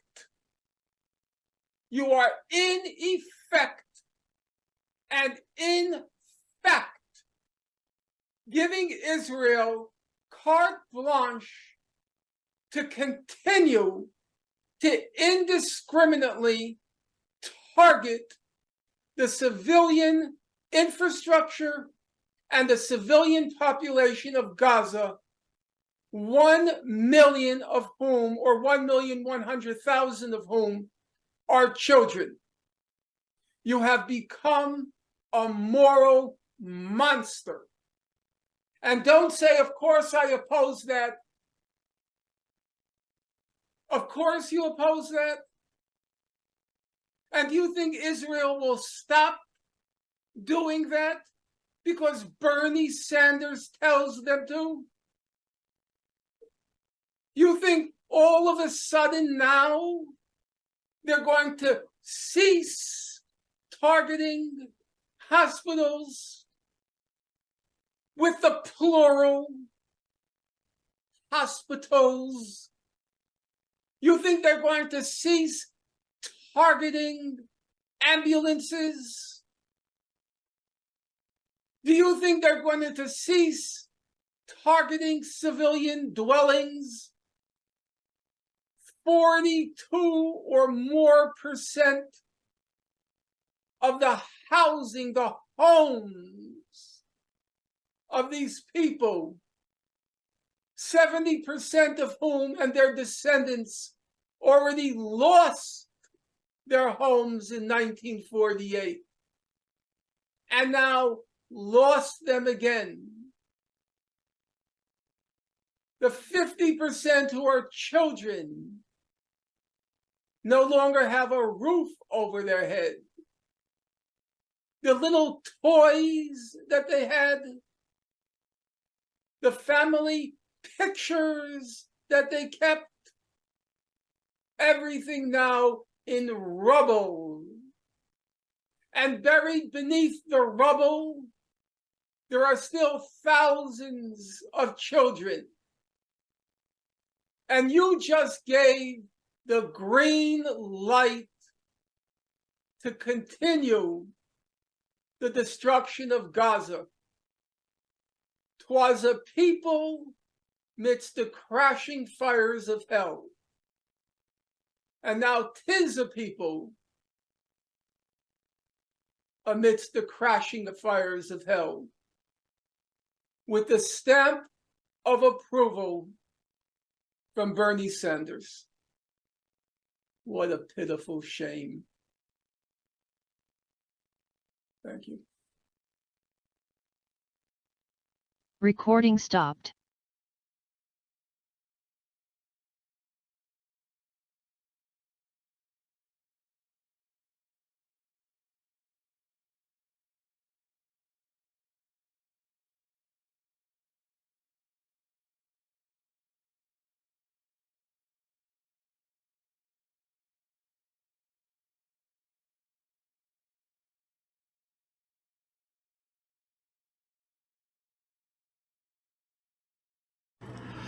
Dr. Finkelstein responds to Bernie Sanders' recent statements opposing a ceasefire.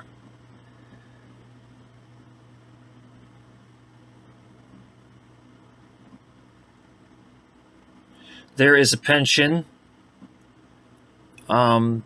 which Dr. Norman Finkelstein is asking people to sign. I don't typically get into pensions. I'm not saying you shouldn't. That becomes a very murky area that I'm not ready to or prepared to explain just yet. My problems with that, but at the same time, I'm not completely opposed to pensions either. It's a complicated issue. So, the pension, it's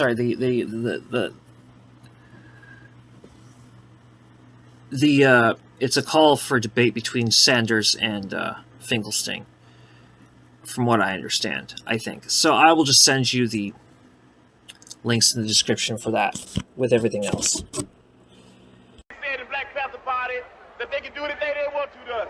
We might not be back. I might be in jail. I might be anywhere. But when I leave, you can remember I said with the last words on my lips that I am a revolutionary. And you're going to have to keep on saying that. You're going to have to say that I am a proletarian. I am the people. I'm not the pig. You've got to make a distinction. And the people are going to have to attack the pigs. The people are going to have to stand up against the pigs. That's what the pastors are doing. That's what the pastors are doing all over the world. Dr. Finkelstein responds to Bernie Sanders' recent statements opposing a ceasefire.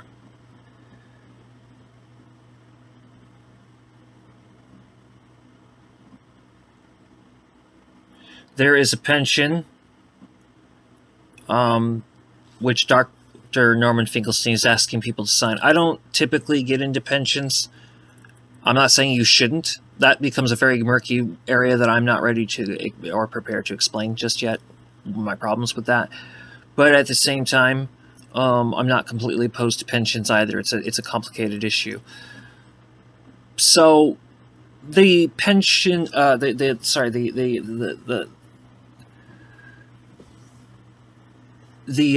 it's a call for debate between Sanders and Finkelstein, from what I understand, I think. So I will just send you the links in the description for that, with everything else. We are here today as the Jewish Bund. We are Jews of different origins and backgrounds. German Jews, Russian Jews, Israeli Jews, Ashkenazi Jews, and Mizrahi Jews. We stand in solidarity with the Palestinian community and protest the ongoing Nakba, the massacres, and the inconceivable violence done in our names. We are here to resist and protest with the Palestinian people the Nakba that continues for 73 years now, the Israeli bombings and massacres in Gaza, the mass arrests in occupied Jerusalem, in the West Bank and across Palestine, the expropriation of homes and land in Sheikh Jarrah that became a symbol of violent dispossession, the lynch mobs and the ongoing racist reality in Jaffa, Lid, Ramle, and Haifa. These atrocities highlight a brutal reality for Palestinians under Israeli control and the increasing normalization of anti-Palestinian violence in the Jewish-Israeli society. The Palestinian right of return remains silenced as the Israeli state is determined to continue the ethnic cleansing. The same ethnic cleansing it has engaged in since 1948 in the attempt to remove Palestinians from Palestine, physically and culturally. This is not a conflict. This is a system of colonial violence in which the political, military, and economic supremacy of Jews over Palestinians is a foundational aspect. The fact that someone like me, who grew up in Brooklyn and Berlin all their life, has more legal rights in Palestine than a Palestinian whose family has lived there for generations is the profound injustice of colonial logic, of ethnic cleansing that aims to replace one people with another. Because as Jews, we experience German anti-Semitism on a regular basis, it is all the more appalling that accusations of anti-Semitism are often used as an instrument to silence demands for Palestinian human rights. The criminalization of Palestine solidarity is rising in Germany, and it is undoubtedly a backlash against the power and growth of Palestinian solidarity movements in Germany and worldwide. Germany's anti-Semitism commissioner, Felix Klein, revises history by projecting all anti-Semitism on migrants. It's ironic that Germans are worried about anti-Semitism being imported instead of reflecting on their own family histories and dealing with the extensive racism against people of color, migrants, and refugees in Germany. We resist the exploitation of Jewish history as moral justification for Israel's crimes. Like many revolutionary Jewish figures before us, we align ourselves with anti-imperialist and anti-colonial struggles in the past and present. We stand for a free Palestine. The criminalization of the Palestinian struggle for rights and justice is not limited to the Israeli government. Police brutality over the past week in Hermannplatz, in Rathaus Neukölln, in Sonnenallee shows that the Berlin state's willingness to suppress Palestinian voices of resistance to injustice, while the corona deniers and the neo-Nazis are laughing and shaking hands with the police. Just like our comrades in Palestina Spricht denounce anti-Semitism and make it clear it has no space in the Palestine solidarity movement, we denounce anti-Palestinian racism and are proud to be part of the struggle. Our solidarity is stronger than divide and conquer tactics of the nationalist and racist German and Israeli advocacy groups. We call for the immediate stop of the massacre and violence in Palestine, for an end of the ongoing Nakba, and for the right of return. We know these are the essential conditions for a future in the region. Free Palestine. So that was the speech for Nakba Day demonstration by the Jewish anti-fascist Bund. The Jewish Bund in Germany, we can refer to as the Jewish Antifa Bund, as this flag you were witnessing kind of represents. This is a very, very good thing. That video you just saw came out on May 17th, 2021.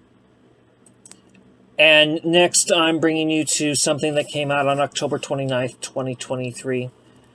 It's the last Here and Now that was aired, and it's a conversation between Ahmed of Palestine and Dr. Avram Weisfeld on the situation of Gaza, revealing the actual conditions in this Gaza war, breaking through the Zionist agency censorship on civilian deaths, hostages, the 1947 Nakba on Gaza.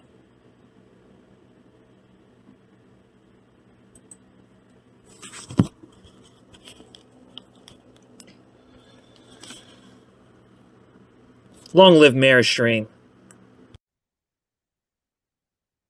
Here and now, here we are with Ahmed from Palestine. And we are now concerned about Gaza because the Zionist regime, with the support of the American State Department even, Blinken, who's a Zionist and heads the State Department, is a, super Zionist. And they want Israel to go in and massacre as many as they would wish. This is the situation that we face now. Yesterday in Montreal, we had a demonstration of 5,000. Everywhere in the world, there are demonstrations. The big slogan at our demonstration was Intifada Worldwide Revolution. Great. Incredible. It is, It is incredible. That don't support Gaza, should be overthrown, basically, they're no good. They're corrupt. They're fascist regimes, and the Canadian government, party, the Liberal Party, exposed itself as being, complicit with even Nazis by hosting the Nazi in the House of Commons. Not just them, also the Conservatives. They are on the same seat when it comes to their wars on Palestine and their wars on Russia. They are on the same boat. You cannot differentiate who is more fascist. Is it Poilievre or is it Trudeau? They're actually, I haven't heard anything from the NDP. Do you know anything from the NDP? The NDP is wishy-washy as usual. I haven't heard anything, but somebody told me they can issue a communique, basically, strongly condemn, Hamas, blah, blah, blah, blah, blah, blah, blah, blah. And, we regret the loss of innocent civilians' lives in Gaza due to the war between Israel and Hamas. So it's a symmetrical war, they think, which is not, of course. It's asymmetrical war. It's not even a war. It's a genocide against the Palestinian people. They are bombing the hell of Gaza from the air, operating Gaza. Over 50% of the Gaza Strip is becoming rubble. You're talking about, as we speak, over 8,000 Palestinians being murdered in their homes, on the roads, even around the hospitals, mostly women and children and elderly, also innocent men who has nothing to do with what's going on. And over 20,000 civilians injured. Many will die, because many of them in severe conditions will die due to the lack of necessities of life, especially the medical needs. Many hundreds of operations, life-saving operations, has been done without anesthetic. Severely shortage hospitals in Gaza. This is a catastrophe. This is a human tragedy unfolding before our eyes. Live stream, everybody can see the death of innocent civilians, and the world doing nothing except talking about how bad the situation is, instead of intervening. When people, when the Second World War started and the Nazis start killing and murdering people, the world intervened to serve the people. But when it comes to Palestine, we have the entire West, including Canada, are taking the front seat next to Netanyahu in killing and murdering innocent people. That is disgusting. You know how disgusting it is for the Zionist government to be using the memory of the Holocaust to justify another Holocaust. Exactly, that's what they're doing. It's a very disgusting, disconcerting, and what make, you know, there's always silver lining of tragedies. You're having lots of Jews around the world waking up and saying, "Not in my name. Don't commit Holocaust in our name. You are not bad, not worse or less than the Nazis. You are the 21st century Nazis committing crimes against humanity." Yeah, at the same time, the Zionist government, Netanyahu in particular, are trying to make out, you know, that Hamas is a Nazi terrorist organization, and they use examples of burned babies and burned bodies. And I saw a report yesterday that these burned babies and burned bodies that actually exist were burned by tank fire. Exactly, because you know, it's worth to note that the freedom fighters who broke through the ghetto wall or the big prison war, they had only small fire, I mean, like machine guns and Small grenade launchers, small grenades, and these grenades cannot and will not do such big damage to buildings, burning homes or burning bodies. I mean, a hand grenade could kill someone, but it will not burn a body. Yeah. Okay. Who burned the bodies? It's the Israelis themselves by hellfire. I mean, from helicopters, gunships, from tanks, which can incinerate the entire buildings. So now, you know, the truth is unfolding before our eyes. Even those bodies they could claim to be burned by the Palestinians, it was their own work. It's on their own deed. Yeah. They're shameless. They have no shame whatsoever to kill their own, and they say, "Oh, it's ISIS, blah blah blah," you know, decapitating the heads of people and burning. And how do you know they raped a victim? Who told you? We never seen any video or a picture of a young woman say that I was raped. No, they just they bring their own military spokesman, okay, and they take so-called journalists to a tour, and he told them stories. Yeah. It's the initial story of 40 burned and beheaded babies, that was made up by an Israeli a squatter in the West Bank from I think the Yitzhar colony, now Nablus, who told it to a soldier.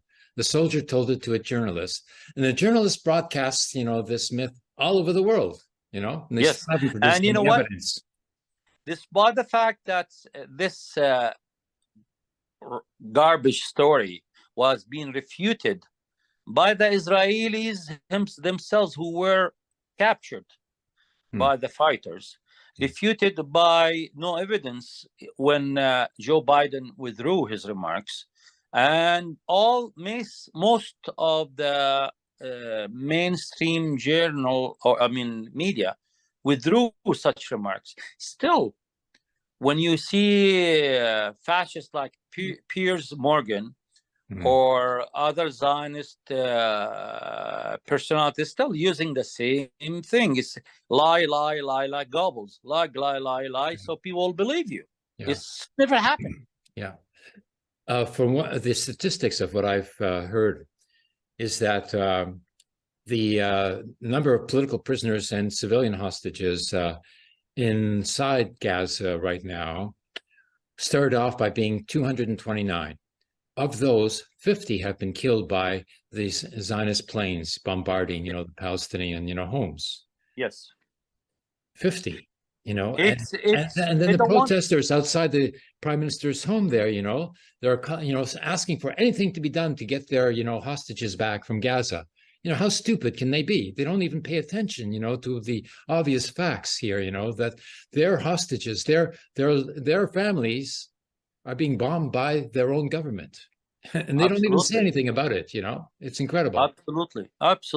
I don't know if I said that before, but I may remind you in 2014, when a Zionist force was caught and encircled by the freedom fighters of Gaza, the Israeli Air Force came and bombed the hell of everybody, including those they lost, I don't know, either 6 or 14, I can't remember the number, of Israeli soldiers have been murdered by their own. They have this doctrine called Hannibal doctrine, which is supposed to be that if one or few of our soldiers get caught as prisoners of war by the enemy, which could be Hezbollah or the resistance in Gaza, murder them all. We don't want any prisoners because we don't want to exchange them with their prisoners. So murdering 50 prisoners, whether they know it or they don't know it, it's part of their doctrine of murdering prisoners.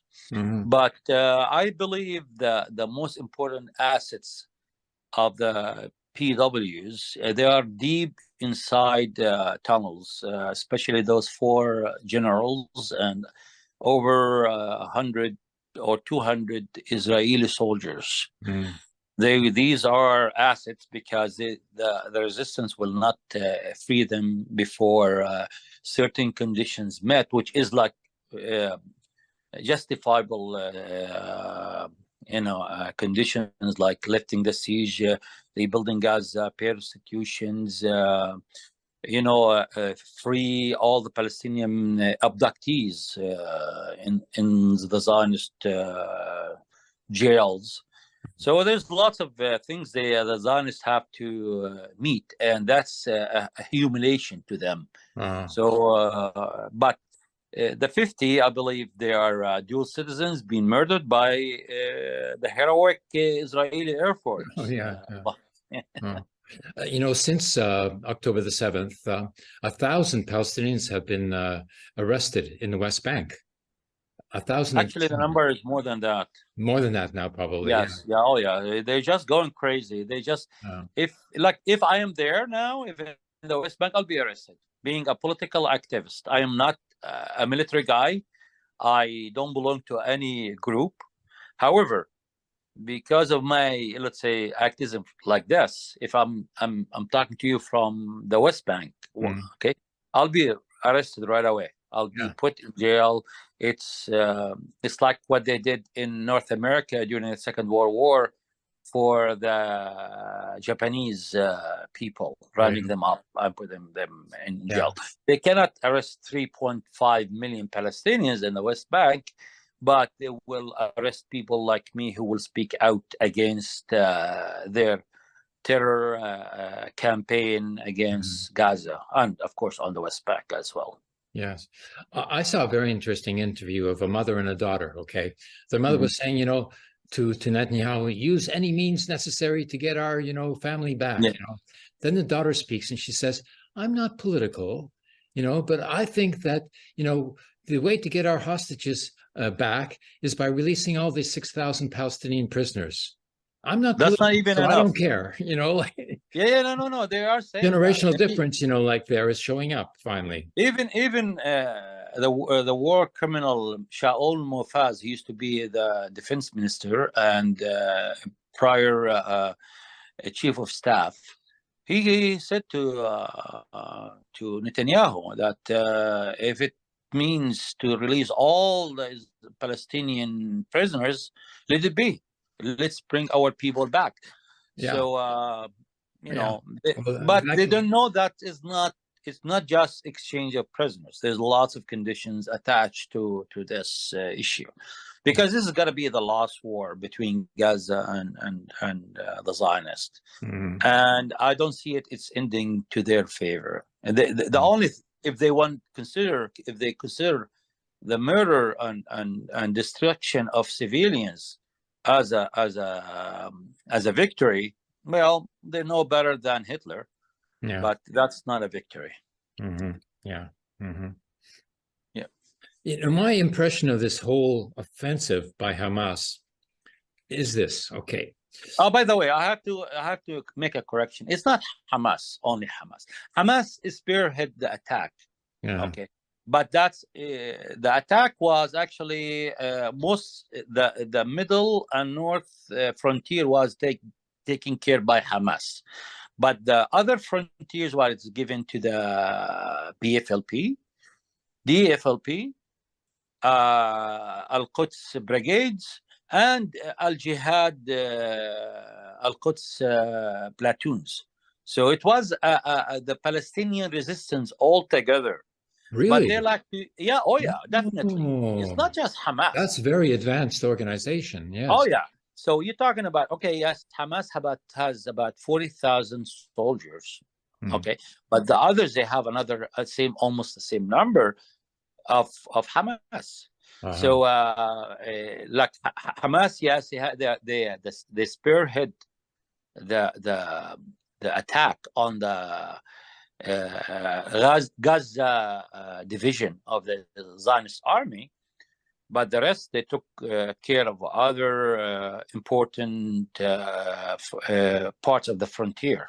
And they did the same work as Hamas. So let's not talk about as Hamas. It's let's call it as the resistance, Palestinian resistance that include everybody. And popular resistance as well. Popular resistance committees. Oh yeah. It is a resistance. And for your information, that just 1 hour after the attack, or a coordinated attack on October 7th, many people joined with their, arms. So it was a popular uprising. It's the ghetto uprising. Yes. It's the war to ghetto uprising of the 21st century. Yes. And, in 1947, Gaza was twice as big as it is now. That's right. According to the partition plan. That's right. It was supposed to be, twice as wide, and also another section in the north. Yes, right. And the section, that was allocated by the UN partition plan included all the Palestinian villages that were around the Gaza there. That's right. When the Zionist militias came in there with their genocidal campaign of ethnic cleansing in 1947, they pushed back. About the 10 Palestinian villages were evacuated, and the refugees were pushed into the Gaza of the frontiers that we now know. The offensive of the resistance, October the 7th, was going to take back the towns that were taken in 1947. True, indeed. Yes. So, the motivation is obvious there, and to say that this was an invasion, the Zionists claimed that it was an invasion, of their territory to kill, as many Israelis as possible, is obviously not the motivation involved here. It's, it's a question of the recuperation of, the lands and the towns that had originally been Palestinian in the first place. Yes.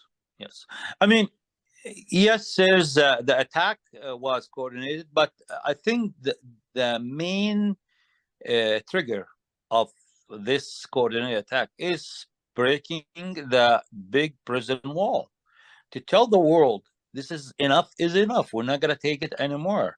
And they attacked the prisoner guards. It's like Auschwitz, people breaking through the barriers and killing the Ukrainian and Polish guards who were guarding the Auschwitz. So no matter what Israel spin this, it's the ugly facts persists. 1948 was the beginning of such war. It did not start on October 7th. That's right. On this note, I will not apologize nor condemn my people for such attack on their oppressors. There was no rape. There was no decapitating of babies. There was no burning of bodies. It was only attacking the Gaza division of the Zionist army, who most of them ran away from their positions, and who left, tried to fight back, and they were killed. Yes, maybe there was some execution of the prisoners, but that's justified to them. I don't know if it's to me. I don't know. I was not there. What happened? But most of those people, you saw them in pictures, young men. They're not the ones who were at the rave party. They were mostly our soldiers. They just woke up, tried to get their weapons, and they were liquidated, as they liquidate our people in their homes on the West Bank every day for the past 56 years. Yes. So and they're soldiers. They're soldiers. They're not even civilians, you know. Exactly. And they're the soldiers on the frontier of Gaza that were shooting civilians demonstrating during the Great March of Return. Oh, yes. Yeah, over 200 people. They killed them. They murdered them. Yeah. So I'm not going to sit here and say, I condemn Hamas. No, it's not. I'm not condemn anybody. This is ugly. And who started the whole thing is the Zionist occupation of Palestine in 1948, ongoing to 1967 and ongoing to 2007, when the Zionists decided to change the name of Gaza Strip to the world's biggest open-air prison. No apologies here. The world has to stop, to intervene and stop the new 21st century Nazis of running huge Auschwitzes in Gaza and the West Bank. Enough is enough. And they're supporting the Nazis in Ukraine as well. Oh, absolutely. Absolutely. No doubt about it. There's no doubt about it. It's known. I mean, the cooperation between the Zionists and the Nazis, they gloat about it. In 1933, they had an agreement with the Nazis to bring all the rich Jewish Germans to Palestine with their money and just keep the poor. We don't need them now at this moment. So there's a lot of people. They sacrificed 1 million German Jewish lives for 60,000 Zionists who had to pay with their money. Exactly with their money. So the Zionists are the last people on face of earth to talk about how the Nazis were bad and they're anti-Semitic, all that bullshit. They are the worst of the worst. Them and the Nazis are the same and equal footing in the garbage bin of history. The rave party is a very important sort of matter, because everybody knows about this rave party that was attacked. Yes. At the last moment, the site of the rave party was moved right next to the military base, and so of course the paragliders were coming to the military base to attack the military base. Yes. And who were these rave party goers? They're the soldiers. They're Israeli. They're the age, of, because they have conscription. Everybody should know there's conscription in the Zionist state, for both, young men and young women, and that's who was at the party. I saw, as I mentioned to you before, like I saw the one video, of the woman soldier dancing with her military pants on and her black bra, Yes. And the paragliders coming in the background. Yeah. So, I mean, there were soldiers. I understand what the freedom fighters were doing. They're attacking Israeli soldiers, whether they're active soldiers or reservist soldiers, because in so-called Israel, between brackets, Israel, the Zionist entity, you are a soldier reservist for the rest of your life until the age of 40, 45 or 50. Okay. Except with some exceptions. Okay. For a woman who gets married, she has children, then she stop being a reservist. But she will do something called the national duty, like whatever, like we call it here, neighborhood watch, So everybody is part of the military one way or another. Mm-hmm. Yeah, and they've all been educated, to be militarized, a militarized mentality. Absolutely. And and they take them into the military right after high school. So they don't even know how to think yet, They just get trained in the military and they get trained to obey, basically. Oh yeah. And then, what hope is there, for them to become independent thinkers afterwards, very little. They're actually in the Zionist entity since their childhood. They feed in them this brainwashing of us versus them. So they teach children on bombs, on weapons, and everything. So by the time of you're 18 years old, ready to go to the army, you're already brainwashed. With the very few who are not, they resist that brainwashing. They call them the refuseniks, who refuse to join the army on humanity ground. And they're just few and far in between people. But the vast majority just go into the army with pleasure. Yeah. To kill Arabs. That's what they say. So I have no sympathy to those rave party goers. They were squatting on our land. They're colonists. And they will, like in a few hours, if they did not, been liquidated, I use the Israeli word, liquidated, they will carry arm and fight our people. So it's a war. It's a war between us, the people, the rightful owners of Palestine, and with the colonists, squatter colonists who came from everywhere from the world. So it's too bad, but if anybody to bear responsibility for what happened to the civilians in and around Gaza, it's the Zionist state and the Zionist movement, whether in Palestine or worldwide. I'm especially concerned at this moment, because yesterday the communication facilities were bombed, destroyed. There's no communication with Gaza anymore. Yes, which is the perfect condition for them to commit, genocide. This is what they want. This is the precondition. This is an indication that they intend to go ahead with the genocide. Yes, but it's not 1945 anymore or 1982 anymore.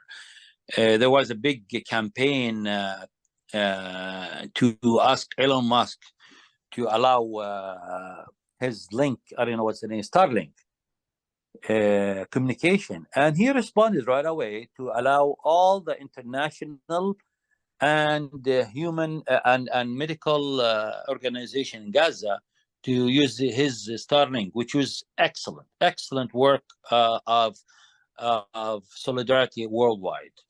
And then so funny, the Egyptian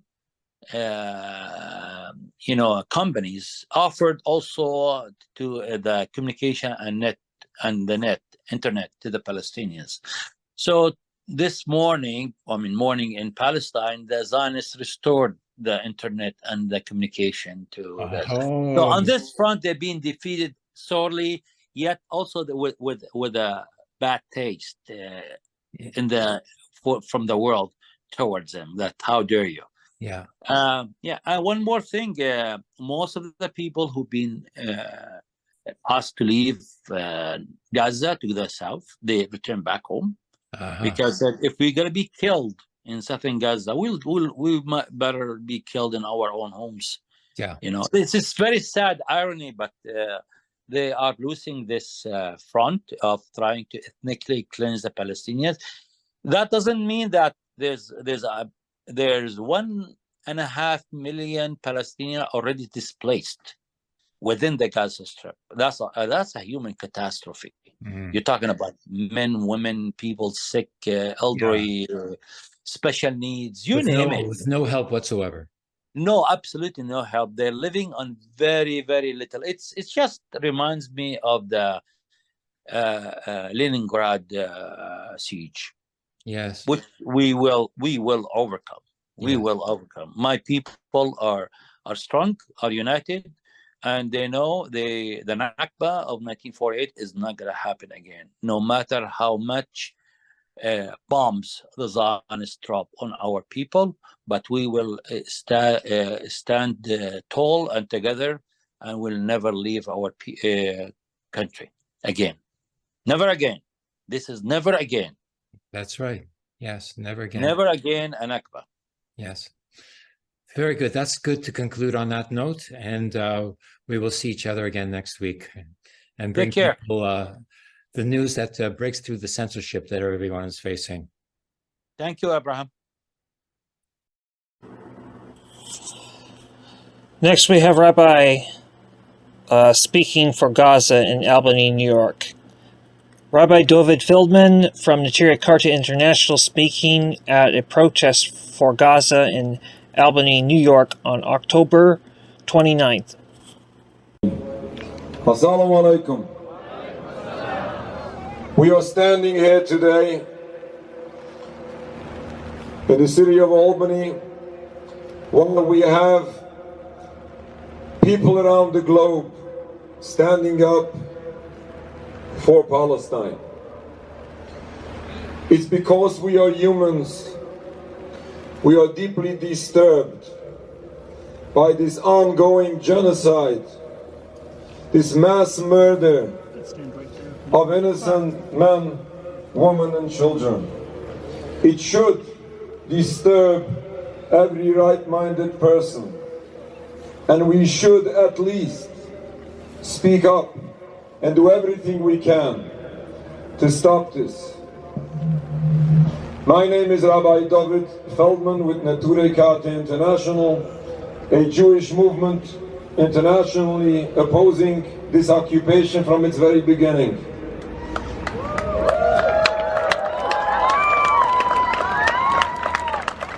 It's because we are Jews and we know that this occupation is against our religion. Killing and stealing, oppressing an entire people is not only a crime in international law, but is a true crime in Judaism. It happens to be that even without all these crimes, this philosophy of Zionism is a secular concept which is in total contrast of basics of Jewish belief. But it is because we are Jews. It was our families, our communities who suffered in the Holocaust. We know what suffering is, and we don't want to see this happen to anyone. Especially we are disturbed. Jewish people the world over are embarrassed when all of this is being done supposedly in our name.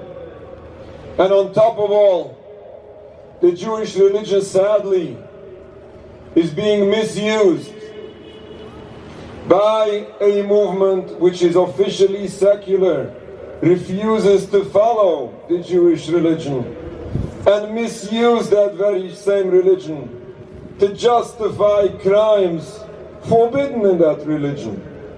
This is true hypocrisy. As Jewish people, we join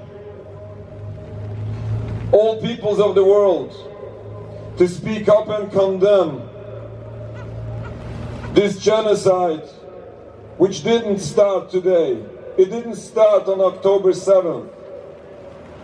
We have to realize, as the Secretary General of the United Nations said, that what happened on October 7th did not come out of a vacuum. This was an outcome, a result of 75 years of brutal occupation. We don't condone any violence, but we have to face reality.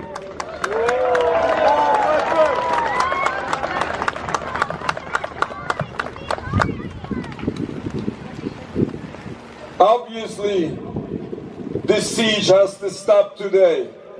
This is something that everyone understands. Yes. Stop the siege now. Stop the siege now. But stopping the siege is not all what we need. We need way more than stopping the siege.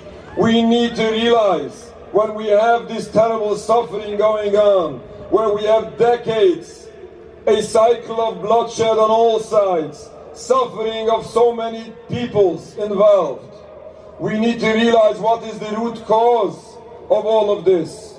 We all know this. The root cause is not the difference of religion. We had differences of religion for a very long time. Way before the creation of the State of Israel in 1948, way before the 1920s when the Zionist philosophy first came up to the Holy Land. We lived in peace prior to the 1920s. Why? Because it's our peoples who respected and protected each other in many Muslim countries. And one beautiful example was Palestine. We have to remember that history.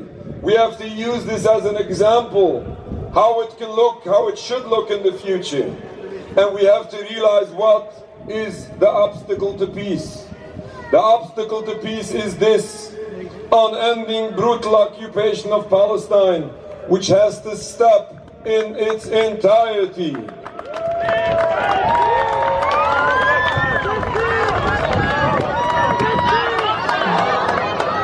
We are standing here in Albany, New York. We plead with our government. We plead with people throughout the world. Please wake up. Realize and understand what is going on, what is happening, and what is behind it. What is the cause to all of this? For the sake of humanity, we have to stop this. For the sake of the suffering people of Palestine, it's about time to stop this occupation now. And it's about time to wake up. If people think that the state of Israel is possibly a safety and security for the Jewish people, well, we appreciate some politicians that might be, sorry to say, ignorant, and they might have some sympathy for the Jewish people, which obviously everybody appreciates that. But supporting Israel is not even a support for the Jewish people. It is unfortunately causing so much death and destruction to all, including the Jewish people. We have to stop this in its entirety. Once this obstacle to peace will stop, we can hope, we pray to Almighty God that this stops peacefully, with no more suffering of anyone involved. And then we hope to God that we will be able to see once again that beautiful peace. Let's hope we see this soon in our days. Assalamu alaikum. Thank you very much. 1, 2, 3, 4. 1, 2, 3, 4. Occupation no more. Occupation no more. 5, 6, 7, 8. 5, 6, 7, 8. Israel is not a Jewish state. Israel is not a Jewish state. 1, 2, 3, 4. 1, 2, 3, 4. State of Israel no more. State of Israel no more. 5, 6, 7, 8. 5, 6, 7, 8. Stop the killing. Stop the hate. Stop the killing. Stop the hate. Thank you very much. This has been Not in Our Name, part 2 of 2. I hope everybody has been a little bit more informed after seeing all of this. As before, I'll leave you with a really great AJ Plus finale. This one came out on September 20th, 2019. It's a weird time to be a Jew in America. One might assume that the biggest threat to American Jews would look like this, or this. So why are elected officials and the mainstream media and even some American Jewish institutions constantly telling us that the biggest threat to Jews looks like this? Hi, I'm not Francesca Fiorentini, and today we're going to discuss how the right-wing narrative of left-wing anti-Semitism is used to uphold white supremacy. We're going to have some fun.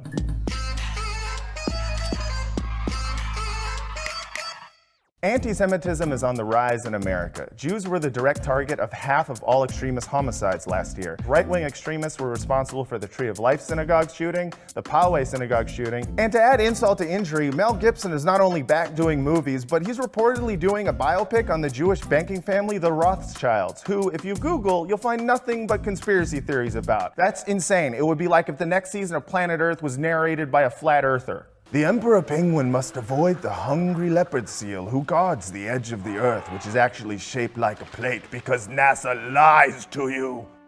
There seems to be a strange pattern around the narrative of anti-Semitism in the media. Every time there's an anti-Semitic attack, people will cover the white supremacist anti-Semitism responsible for it for a couple of days, followed by weeks of, well, have you heard about left-wing anti-Semitism though? And the rise of anti-Semitism and bigotry inside the Democratic Party. In Democratic circles, anti-Semitism is becoming normal. Anti-Zionism, anti-Semitism of some parts of the left, that seems a lot closer to the heart of the Democratic Party than to the heart of the Republican Party. We gotta go. I'm getting counted down, you guys, but that was a really cheery segment, so thanks a lot. Both sides are horrible. Mostly your side, though. In our Newsbroke episode about why anti-Semites love Israel, which you should watch next, I explain how the right wing has effectively changed the definition of anti-Semitism from hatred of Jews to criticism of Israel, making it incredibly easy to accuse people who advocate for Palestinian rights of anti-Semitism. Remember, arguing against Israeli policy is not anti-Semitic. If it was, that would make literally every Jewish family get-together a hate crime. Hello? Is this the ADL? Yes, I would like to report my grandson!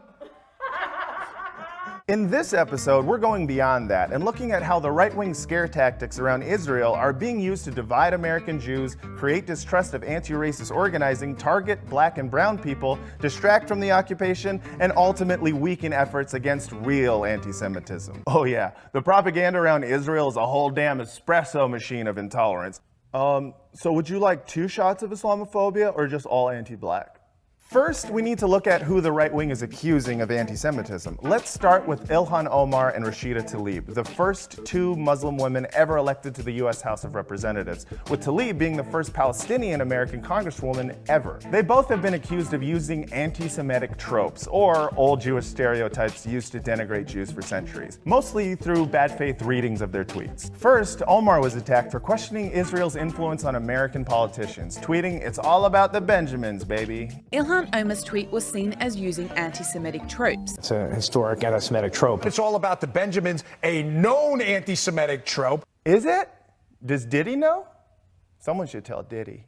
Then, when Representative Tlaib tweeted about a Senate bill that would restrict Americans' rights to boycott Israel, and Omar called out the Israel lobby's influence, they were both accused of using the dual loyalty trope, the idea that Jews are more loyal to Israel than the nation they currently live in. Rashida Tlaib waltzed into this trope herself, this idea of dual loyalty. And then there was Omar's unearthed 2012 tweet in which she said, "Israel has hypnotized the world," which was met with this. An elected U.S. member of Congress suggesting, quote, evil Jews were hypnotizing the world. Hypnotized by Israel's sort of anti-Semitic tropes she keeps trotting out. Okay, here's the thing. Jewish hypnosis is not one of our tropes. We have a lot of tropes, okay, but that's not one of them. At best, it's a deep cut, right next to Jewish double dipping or Jewish road rage. Like, why are we making up new stereotypes to hate Jews with? I saw a Jew jaywalking the other day. Typical. Here's the thing though, neither Omar nor Tlaib's critiques say one word about Jews. They specifically mention Israel. When Omar's talking about the Benjamins, she's not saying Jewish money, she's talking about the incredibly well-funded Israel lobby, which in 2018 spent over $22 million on lobbying and contributions, and which receives money from, yes, some Jews, but also from evangelical Christian groups, who would really like it if we'd all just moved to Israel already. Honestly, I don't want to move to Israel, okay? I've already done ketamine in Tel Aviv. Been there, done that. I'm over it. Accusing American politicians of being more loyal to lobbyists than their own constituents is not an anti-Semitic trope. It's literally the stump speech of anyone who has run for president ever. But when it comes to the Israel lobby, it's automatically assumed to be a trope. But here's the thing though, dual loyalty is exactly what the Israeli establishment, pro-Israel American institutions, the right wing, and yes, many in the Democratic Party are constantly demanding from American Jews. My dad demands this as well. Chuck Schumer helped pass an anti-BDS bill making it legal for states to prosecute companies for boycotting Israel, and then said this at the AIPAC conference this year. I will always stand with Israel against those who seek to do her harm by boycott or by any other means. And we will fight to protect the Jewish people here in America and in the state of Israel, in America and in Israel. But what about protecting Jewish people in America who want to boycott Israel. Drafting bills criminalizing our right to boycott and claiming it's what American Jews want is straight up imposing dual loyalty onto American Jews. That would be like making it illegal to boycott Olive Garden by saying, we must fight for our Italian American brothers and sisters and their insatiable need for unlimited soup, salad, and breadsticks. We must show them that in America, when you're here, you're family. American Jews who don't fall in line behind pro-Israel candidates are met with attacks on their loyalty and even attacks on their Jewishness. The question I'm most often asked is why Jews vote leftist. The answer is simple. The vast majority of Jews don't care about Judaism or Israel. They care about secular leftism, which is their actual religion. I'm Ben Shapiro, Jew police. And then there's Trump, who is constantly conflating Jews with Israel, even going so far as to call Benjamin Netanyahu your prime minister in a room full of American Jews. Despite a long history of doing tropes himself, he jumped at the chance to paint himself as deeply offended by Omar and Tlaib's supposed use of tropes. The Squad. We don't like when they talk about evil Jews. Representative Ilhan Omar has a history of launching vicious anti-Semitic screeds.